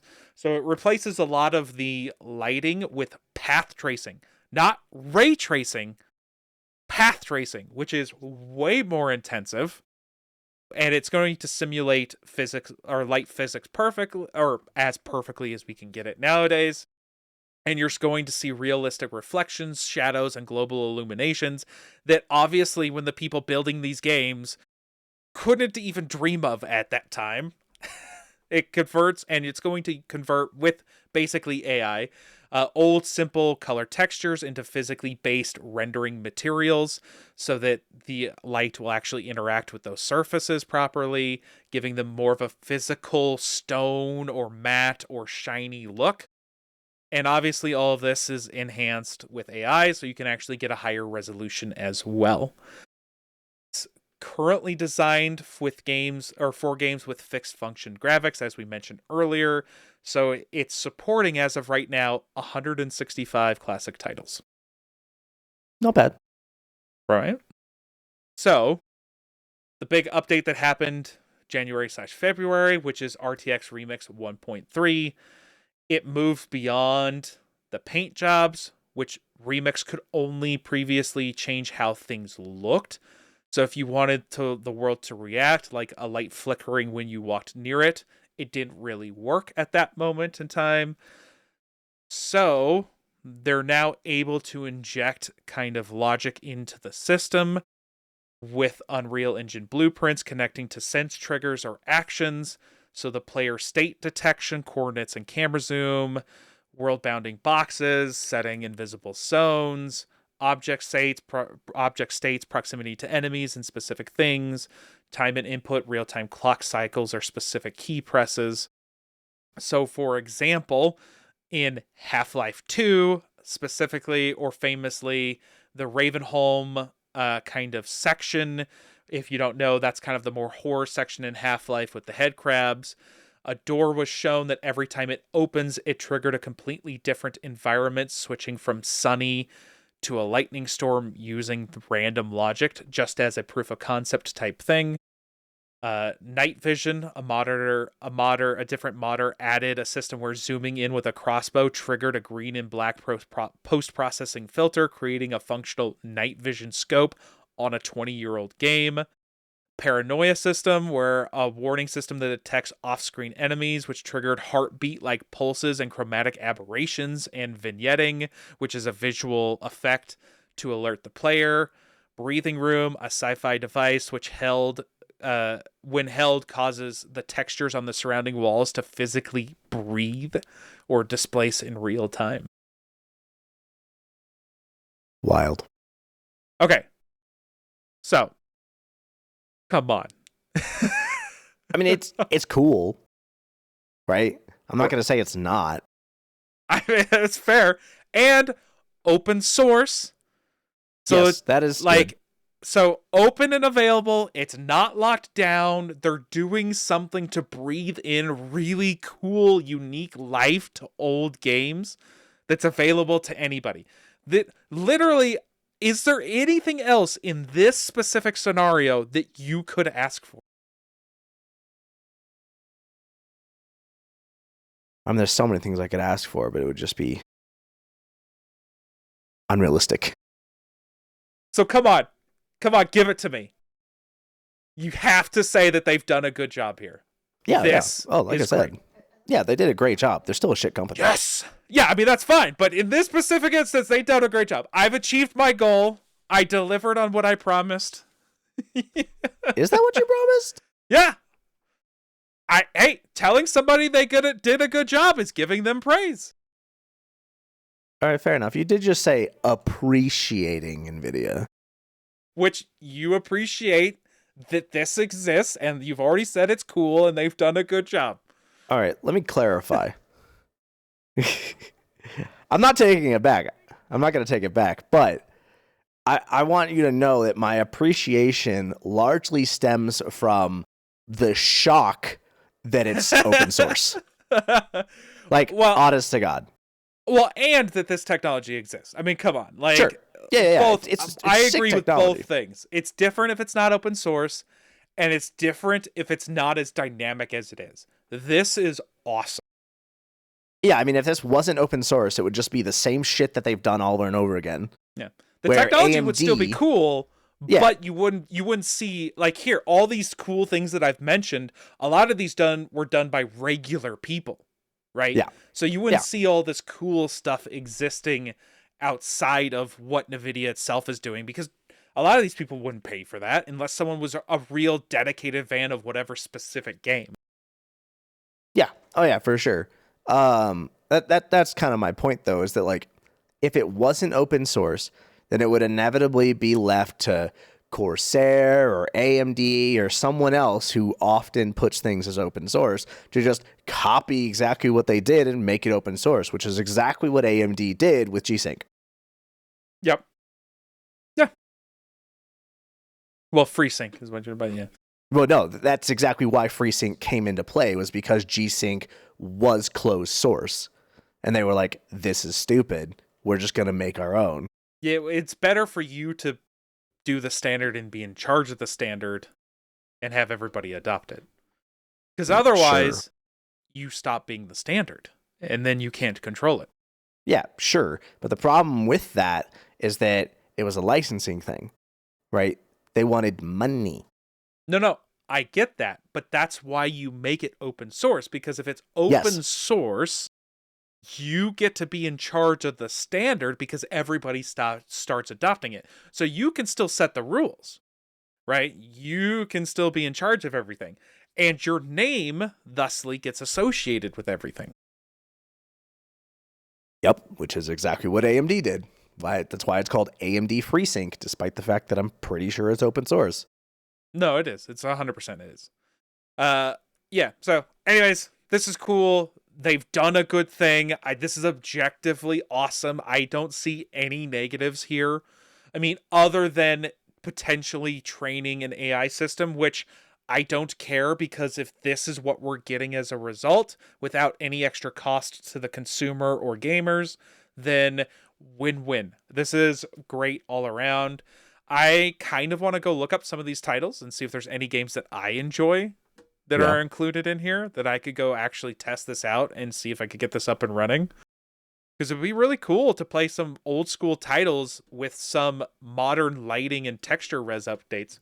I mean, because a lot of times we poo-poo because of the performance impact of ray tracing / path tracing. But when you're talking these old games, that type of lighting can make a huge difference, and that's on top of AI enhancements to textures. So yeah, look at Minecraft. I mean, exactly. Yes, exactly. It's a great example. So this is super cool. I love that this exists. I look forward to seeing what happens in the future and to hopefully try one out for one of my own titles that I'm interested in. Yeah, I agree. Alrighty. There we go. I'm claiming victory. I did not lie. I have succeeded. Now, okay, so is it usable without an NVIDIA graphics card? I mean, I believe it's using RTX path tracing. Are AMD cards able to do path tracing? I'm not sure. Well, so you'd have to look that one up. And on that note, I'm taking my win and running with it. Let's get into civics and sociology. All right, taking a look at some of the things around the gaming community and the institutions at work. We're going to be talking about Discord basically making everybody a team by default as they roll out globally a age verification mandate to unlock, quote, adult features. So, Heru, if they go IPO, you may want to be careful about buying the stock. But what do you mean? Then I get all their data. That's how it works, right? I mean, it depends on what kind of group you're a part of. Anyways, so starting March 2026, Discord is shifting every account worldwide to a teen experience by default, which unlocks a lot of the adult features until users prove that they are 18 plus. What's getting locked? Any age-restricted servers or channels, obviously the ability to unblur sensitive or mature content, speaking on stage channels, i.e. live stream style stuff, direct messages from non-friends, they go to a message request folder instead of just being received, and the goal is Discord is acquiescing to global legislation, i.e. stuff that the UK and Australia is doing, to quote-unquote protect minors, even though they leave Roblox and things like Blue Sky available to anybody to see whatever is on those platforms. Yeah. Anyways, my 2 cents aside, how this is happening is an age inference model. So Discord will attempt to verify you automatically using AI, looking at how old the account is, how many games you play, and your activity patterns. For example, if you're playing during school hours, sucks for you, Heru. Anyways, facial age estimation. But what do you mean? I play during school hours all the time. That's my point. You're assuming that if you're playing during school hours, they're gonna make you a teen? That's literally what this says. Yes, that they take into account your gaming patterns.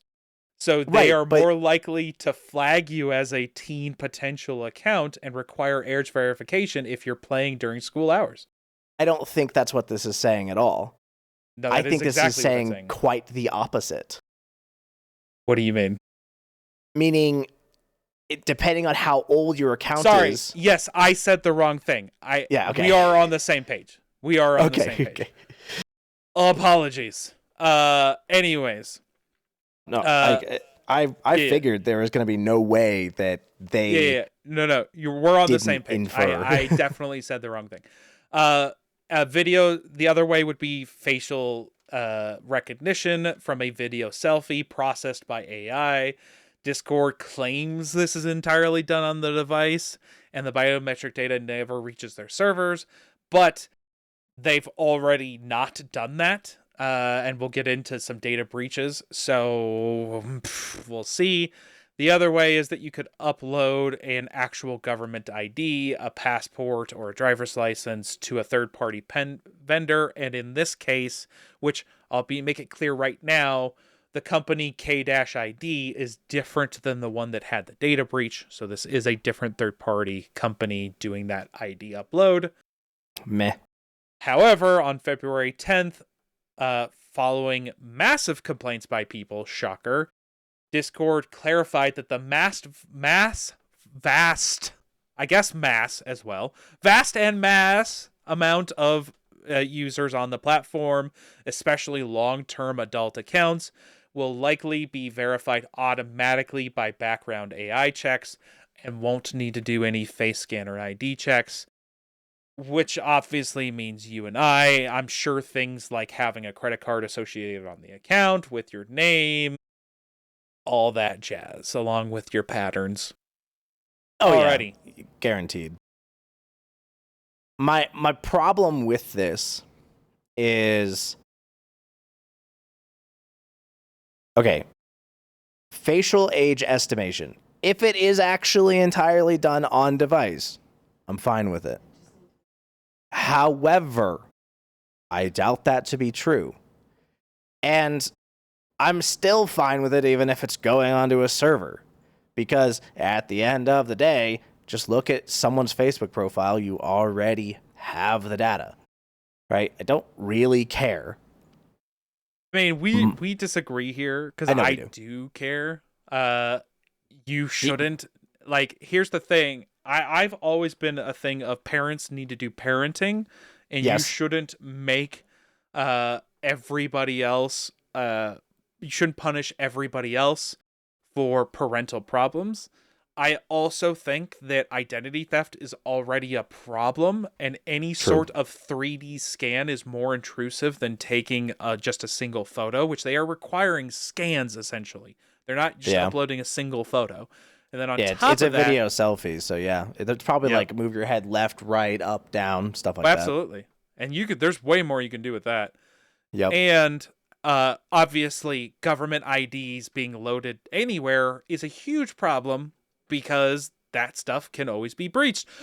Just like it happened to Discord back in October 2025 when they had to take down government IDs for the UK rollout that happened. As a hacker group gained access to the company at that time, 5CA, which was the third-party vendor support for taking government IDs, they basically stole 1.5 terabytes of data, including 2.1 million government ID photos and 8.4 million support tickets. I want to know what they're doing with those tickets. I mean, it's a good. Maybe are they working them? Problems. Yeah, I was gonna say maybe they're going through. You know, maybe it's a Robin Hood style thing where they're trying to extort Discord for money, but help the regular users. Yeah, Discord is not rich, by the way. No, and it's definitely not happening that way. Anyways, these weren't just names; they were high-res photos of sensitive government IDs, passports, and driver's licenses. With immutable data, so i.e., birth date and all that kind of stuff, and potentially a passport or password. So, in our world, we call that PII, personally identifiable information. Yeah, that's absolutely fair, and they have it.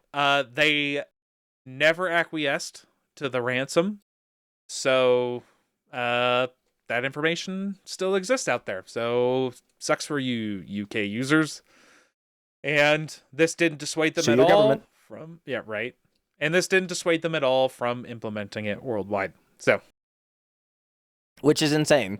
Now, look, I would not be surprised. I'm gonna get into this a little bit more. I would not be surprised if they are correct in the fact that the vast majority of users will automatically be recognized by an AI check, right? Because you don't want to look at my Discord. If they assume that I'm a teen, I'm doing some illegal shit as a teen. So, I mean, here's the thing too. If I'm putting a credit card on my account, that should also just be a thing that gets me a pass. And if you want to put a little check mark box if I add a credit card to my account that says I verify I'm over 18 and am authorizing this purchase, like, sure, that should be enough. But the problem is that you can get a credit card under the age of 18 in the U.S. Yeah, sure, but that's a parent's problem. That's not my problem. I agree. I thoroughly agree. Let me be clear. And the thing here is to prevent minors. Yes. Like, I'm aware. the credit card that you're getting is not a 13-year-old. It might be. No. It's stupid. But I've seen it happen, and that's the problem. No. But it's not a problem for companies or governments to solve. Not in this way, right? The solution to that is you can't have a credit card as a 13-year-old, right? That's the solution to that. This facial age estimation thing, I mean, look at any 14 to 16-year-old boy with a full face beard and tell me he doesn't look like he's over the age of 18. True. Like, or any Gary. That's going to fail. Yeah. Jesus Christ. The government ID upload? Hell no. So here's the extent of what should happen. So hold on, before you go on. Go ahead. In the U.S., as of 2009, you must be 18 years of age to apply for a credit card. Even then, you have to have a co-signer. Yeah. The CARD Act of 2009. Oh, interesting. Even then, you still have to have a co-signer if you're under 21, if you don't have a job. Interesting. Good to know. Look at that. Problem solved. There you go. Yeah. So then, that should be the simplistic option, right? Does the name of the credit card match the name on the Discord? Done. Yep. Problem solved. Yeah, exactly. But what I was going to say is, like, the government ID upload is utter bullshit. Look. Yes. These IDs, they have an identification number. Why do I need to scan the whole fucking thing instead of just giving you the number? Give you the number, you check it with the government's database, they send back and say 18 plus or no. Done. That's the fucking extent of it. Yeah. I mean, 100%. Like, you could do the same thing with my social security number, but I ain't giving you that. No, absolutely not. But I would give you my driver's license identification number because I don't care about that, and that's not immutable. I can change that. Right? True, but it is a pain in the ass. Part of a personal identifier that could get your ID stolen. Yes, but most, if not all, companies that are actually trying to do business with you in a way that requires identification, they're not going to just accept an ID number. You need to hand them the ID, right? Or at least, scan it in, depending on how the fuck you're doing it. Yeah, exactly. So, like, for example, right, if I am trying to open a checking account, you need to physically show them your ID. So, like, they're not going to just accept, oh, but, like, here's my ID number. That's all you need, right? They're not going to accept that. But that should be enough for proving that I'm over 18, and I'd be okay with that. I mean, fair. Well, is it okay? No, not really. It's a step down that would make it stomachable for me. I just wish other countries would push back on this, and instead of having, in the grand scheme of things, two small population countries force these changes worldwide. Yeah, these are incredibly small populations too. Like, in comparison to some of the larger countries that exist, these are very small countries. It's a bummer, but like, it'd be one thing if it wasn't the UK and it was the EU, right? Sure, that I get, but, like, you're not a part of the EU anymore. true. You left that shit. You don't get to play by those rules anymore. Oh, man. You're not wrong. You don't get to ask Daddy for help. Oh, man, you're going to cause some feedback on that one. They wanted it. They wanted emancipation. Was it a proclamation? Actually, wait. This brings up a whole different thought process. What about an emancipated minor? They're a legal adult. I mean, I don't know. But I think that's a rabbit hole you're going to have to go down later. I'm so not going down this rabbit hole. I don't care enough, but it is funny to think about. It is true. It'd be interesting to see. We would have to do some research because I definitely don't know that off the top of my head. All right. Well, I think we can get into the last order of business because I don't know how much we really need to get into this, even though I know you're a big WoW fan. Yeah, there's a few things here and there that there's not much to it. Okay, perfect. If it wasn't for my voice, I would totally be willing to read this, but please do. Okay. So, in an interview, executive producer Holly Longdale and game director Ian Hazacostas. Thank you. Appeared on the Game Business Show in early February 2026.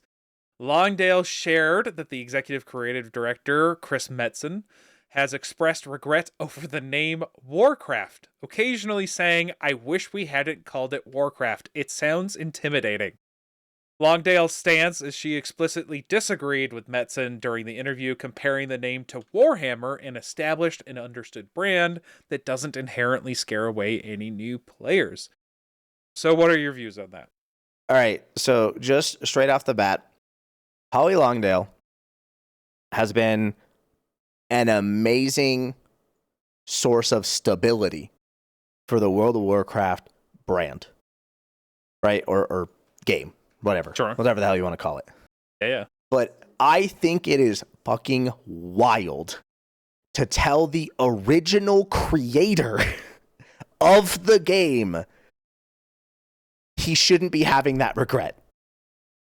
Because Chris Metzen is an original founder of the Warcraft series. Sure.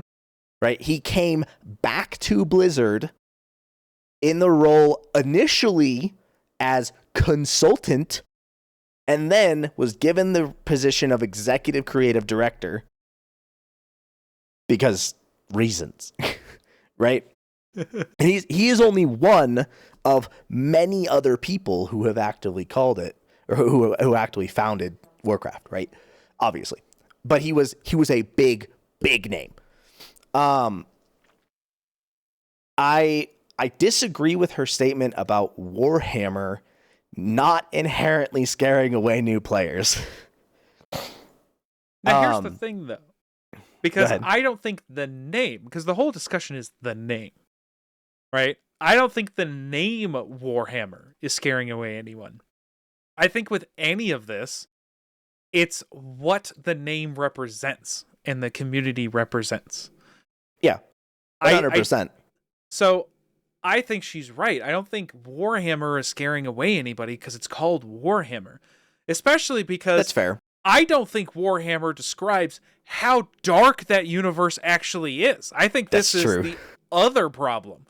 Like Warcraft, for what Warcraft is, does kind of sound a little bit more rough and tumble than the game actually ends up being. Whereas Warhammer, you're like, okay, I expect conflict. I don't expect horrible atrocities that potentially keep me up at night thinking about the things that are happening. Yeah. You're definitely not wrong. I mean, actually, yeah, you're definitely just 100% right. Like, there's nothing wrong with the name to Warhammer. It's more so what the brand is, right? What I've come to associate Warhammer with. Because for me, what I've come to associate Warhammer with is 4X type of strategy, which I'm not a fan of. Sure. Well, that and all for me, it's that, and then all of the dark ass media that exists. Yeah. I've talked with a couple of my WoW friends about this exact topic because obviously, it popped up and it just spread through my community. So getting into the next part, I'll read it just because I'm already talking. Blizzard's quote-unquote bigger vision. Their intention is really to broaden the IP. The interview highlighted a strategy to move Warcraft beyond being just an MMO. Blizzard aims to turn the franchise into a lifestyle brand or third space for social activities like birthdays and weddings. Accessibility focus. Leadership emphasized resurrecting players' time with shorter update cadence. Oh yeah, right. Thank you. Respecting players' time. I like resurrecting though; it's better. I mean, it's good. It's fun. Respecting players' time with shorter update cadences and content that can be completed in 20 minutes to accommodate an aging player base. More on that in a second. The discussion occurred just weeks before the launch of the next major expansion, World of Warcraft Midnight, which is scheduled for the release on March 2nd of 2026. So, I've seen so many takes on the very first thing, which is broadening the IP, right? More than just an MMO. I like this idea, but what I think they fail to realize is that you can't have both. You can't make this a lifestyle or third space and then allow me to consume everything in 20 minutes, right? And obviously it's not everything, right? But it's 20-minute chunks, right? People don't live lives in that time span. I mean, she mentions it, so I'm just going to run with it. I think they need to take a cue from Warhammer. Because and so I'm going to get into a little bit here. I'm going to go full circle. So give me a second here. Okay.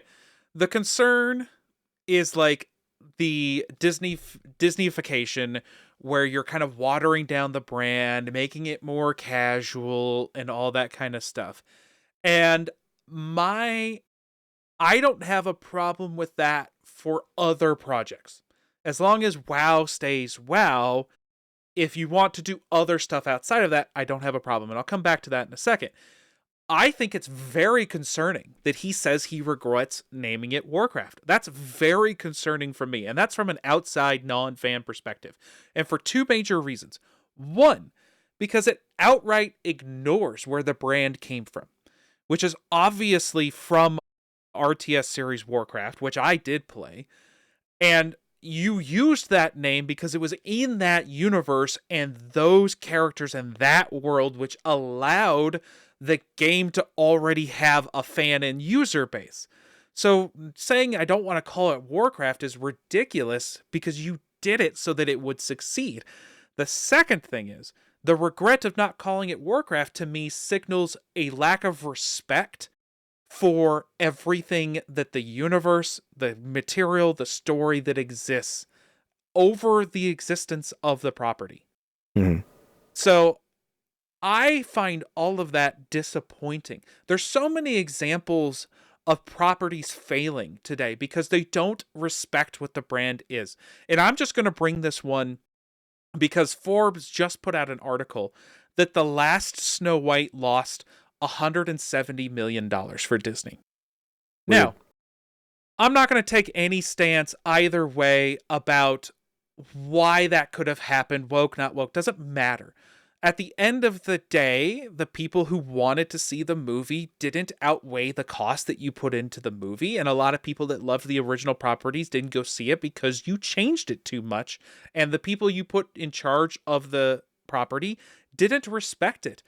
Rachel Zellweger, the star of who was Snow White, herself in interviews said she didn't watch the original movie until recently, and even then thought a lot of it was creepy.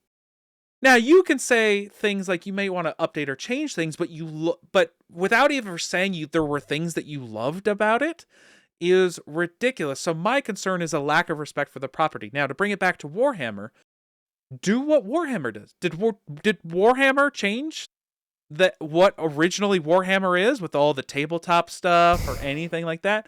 No. What did they do? They branched out. There's TV, there's movies, there's media, there's TV shows, there's other games that exist.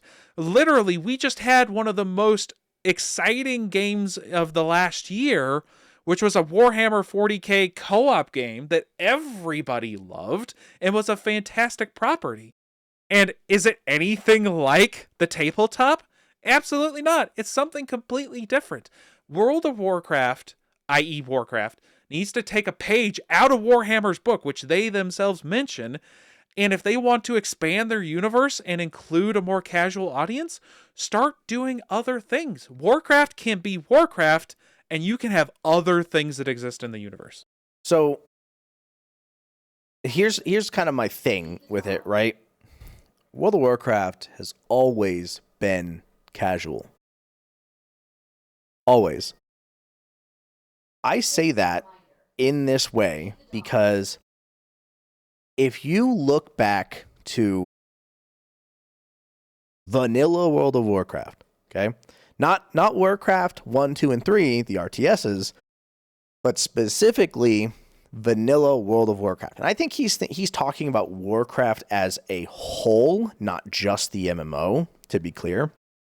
But the very beginning, World of Warcraft did not have hard rotations. It didn't have incredibly hard boss mechanics. It didn't have any of these things. What it did have was gigantic communities, long, arduous quest lines that took time, not effort, just time.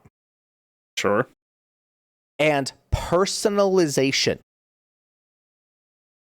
And I'm not necessarily asking for the long, arduous quest lines and shit like that to come back.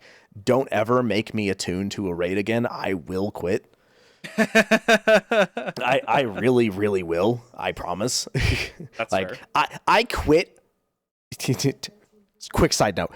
I quit over them putting a unique item into a slot that was already a unique item that I had to carry forward. And granted, I could put that item in a different slot, but it would have required me to put 9 additional hours into the game just to fix the problem they created. Just 9 hours. That's one raid week for me. That's nothing. It was the principle of it. This was in Shadowlands for those wondering. I canceled my sub. I just moved on. I was like, I got better shit to do than replay the same content I already did because you decided to make a choice and didn't think about us.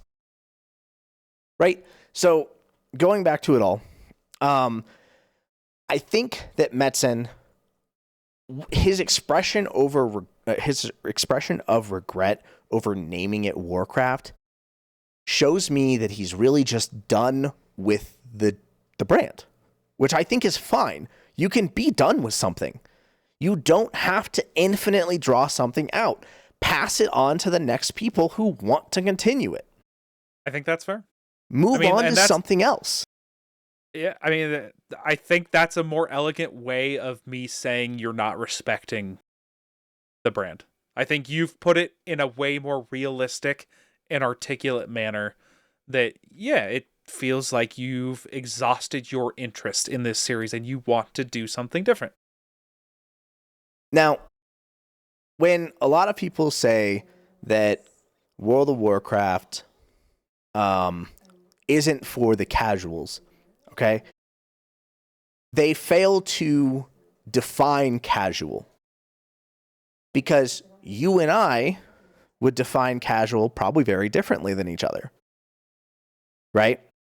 For me, I define casual as somebody who, regardless of time put in, cannot or does not want to / can't do the hardest content available. Right? Okay. Yeah.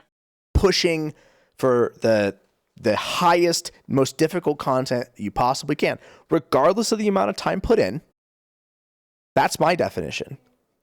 I know people in World of Warcraft who put in more time than me, if you can believe that, who I still consider casual, and they still call themselves casual. Because that is the reality of how World of Warcraft works. What is casual is not the same for everyone. For me, they introduced a whole new system that I interact with the first 2 weeks of an expansion and then never touch again. Because it's intended for the casuals. Yeah, it's specifically intended for people who don't necessarily have the skill or haven't put in the time to gain the skill to do hard mechanics. They just haven't. And that's fine. If that's how you like to play the game that way. I don't care. And there's the gritty roots argument, okay? People argue that Warcraft and its gritty RTS origins are exactly what gave the IP its identity. Which version of Warcraft are we talking about? Because vanilla, Burning Crusade, and Wrath of Lich King, that's true. Cataclysm, a little less so. I mean, you sundered the entire world, literally the word they used in the game, sundered.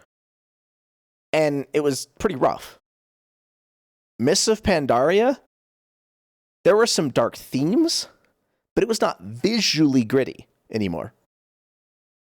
So that's the thing that I'm like, the point where? Here is that they did start that way. And it came from the gritty RTS universe. I agree. People who played back in Vanilla, TBC, and Wrath, very few of them play still. The ones who do play at my level. The ones who do not just simply don't, right? And that was mostly the people who liked it for, that visual grittiness, which is fine, whatever. When they went from Wrath of the Lich King, Cataclysm, Mists of Pandaria, there was a significant drop-off of players. Over the course of many, many years, you have seen that number slowly climb. Is that some players returning? Yes, probably. How many new players, though? A lot of them. I know this as someone who's embedded in the community. There are tons of people who tell me, oh yeah, my first expansion was Battle for Azeroth. And I'm like, you missed all the best times. Yeah, but the argument you're making here is that the name for any property doesn't need to stay the same the more fans it has. No. What I'm saying is, who are you making the game for? Are you making the game for the people who quit? Or are you making the game for the people who play? See, we've already moved, right? You've already transitioned your whole game from a visually gritty, and you can still have that visual grittiness. Legion was still pretty visually gritty. It was much more anime, in my opinion, but it was still visually very gritty. Anytime you involve the Fel, it's kind of that way. And Midnight, especially with the new cinematic that just released, seems like it's still going to be pretty visually gritty. I like it personally. What's the point here? Because the point is about the name, right? Right. But that's exactly the problem, right? People are saying that World of Warcraft. Sorry, I have a lot more context in my head from a lot of other shit that I've talked about, and I'm also trying not to spend too much time on this. But a lot of people have said that Blizzard has Disneyfied a lot of things, which fine, whatever. I can see their point, but at the exact same time, not really. The gritty roots argument, I can see their point, but also still not really. And then marketing skepticism, I don't care. My point is that you already transitioned your player base, and a lot of the people who are currently complaining out loud, a lot of these content creators in particular, they have been playing since vanilla, right? They stuck through, or didn't and just held on to their communities while talking about the news of World of Warcraft without playing them, without actually playing it. And I'm serious about that. Belluar quit for 2 years and continued covering World of Warcraft. Asmongold hasn't actively played World of Warcraft for 5 years, and that's where he made his life. He literally made his living off of World of Warcraft. S-Fand quit a long time ago, but when Classic came out, he still had freaking 10,000 viewers playing stupid Classic Ret Paladin, which was literally just right-click the enemy. That's your whole gameplay. So my point, what's the point? My point is the most vocal people, they're the minority. Complaining about the name changing or not changing? It's not gonna change. So you're talking about the people complaining and wanting the name to change. Well, so a lot of the thing is that the people who are complaining, they're complaining about the bigger vision aspect. No one's really giving a shit what Chris Metzen said about changing the name. No one cares about that. What people are caring about and what people are talking about in the WoW community is this bigger vision thing. And okay. Every time that anybody has ever talked to me about this, I'm like, but you realize that's exactly what WoW was to begin with. They have changed. They have moved away from that sense. And this is why I said it's hard to have a lifestyle or third space area for social activities like birthdays and weddings if people don't live in the game. And that's why I said you can't have both. You can't have this lifestyle third space bullshit and also be able to consume content in 20 minutes. It's just not doable. People back during Vanilla, TBC, and Wrath, which was the height of World of Warcraft, still to this day it has not breached those numbers. Which, granted, Blizzard will never actually tell you, but still. People lived in the game. There were weddings. There were birthdays. These things did happen. Blizzard failed to actually capitalize on it, but they already had the vision. I say they had the vision because there was a portal in Stormwind that was originally intended to be a housing district for players. They thought about it before everybody else. And then they just didn't fucking do it until literally midnight. 20 years later, they just didn't do it. So what they want is they want their game to be how it is while also attracting Final Fantasy XIV players. That's what they want. That's what they're saying. And I understand that thought process. I like it. But also, the players who are currently playing don't view your game that way anymore. And that's the problem. So, pick who you want to actually market to. Do you want to market to the people who are actually playing your game? Or do you want to market to the people who aren't playing your game anymore and you want them to come back? Correct, right. And probably won't play your game, largely because you've made it too difficult. Like, the game has progressively gotten more and more difficult. All right, Sicky. I think you can step off your soapbox.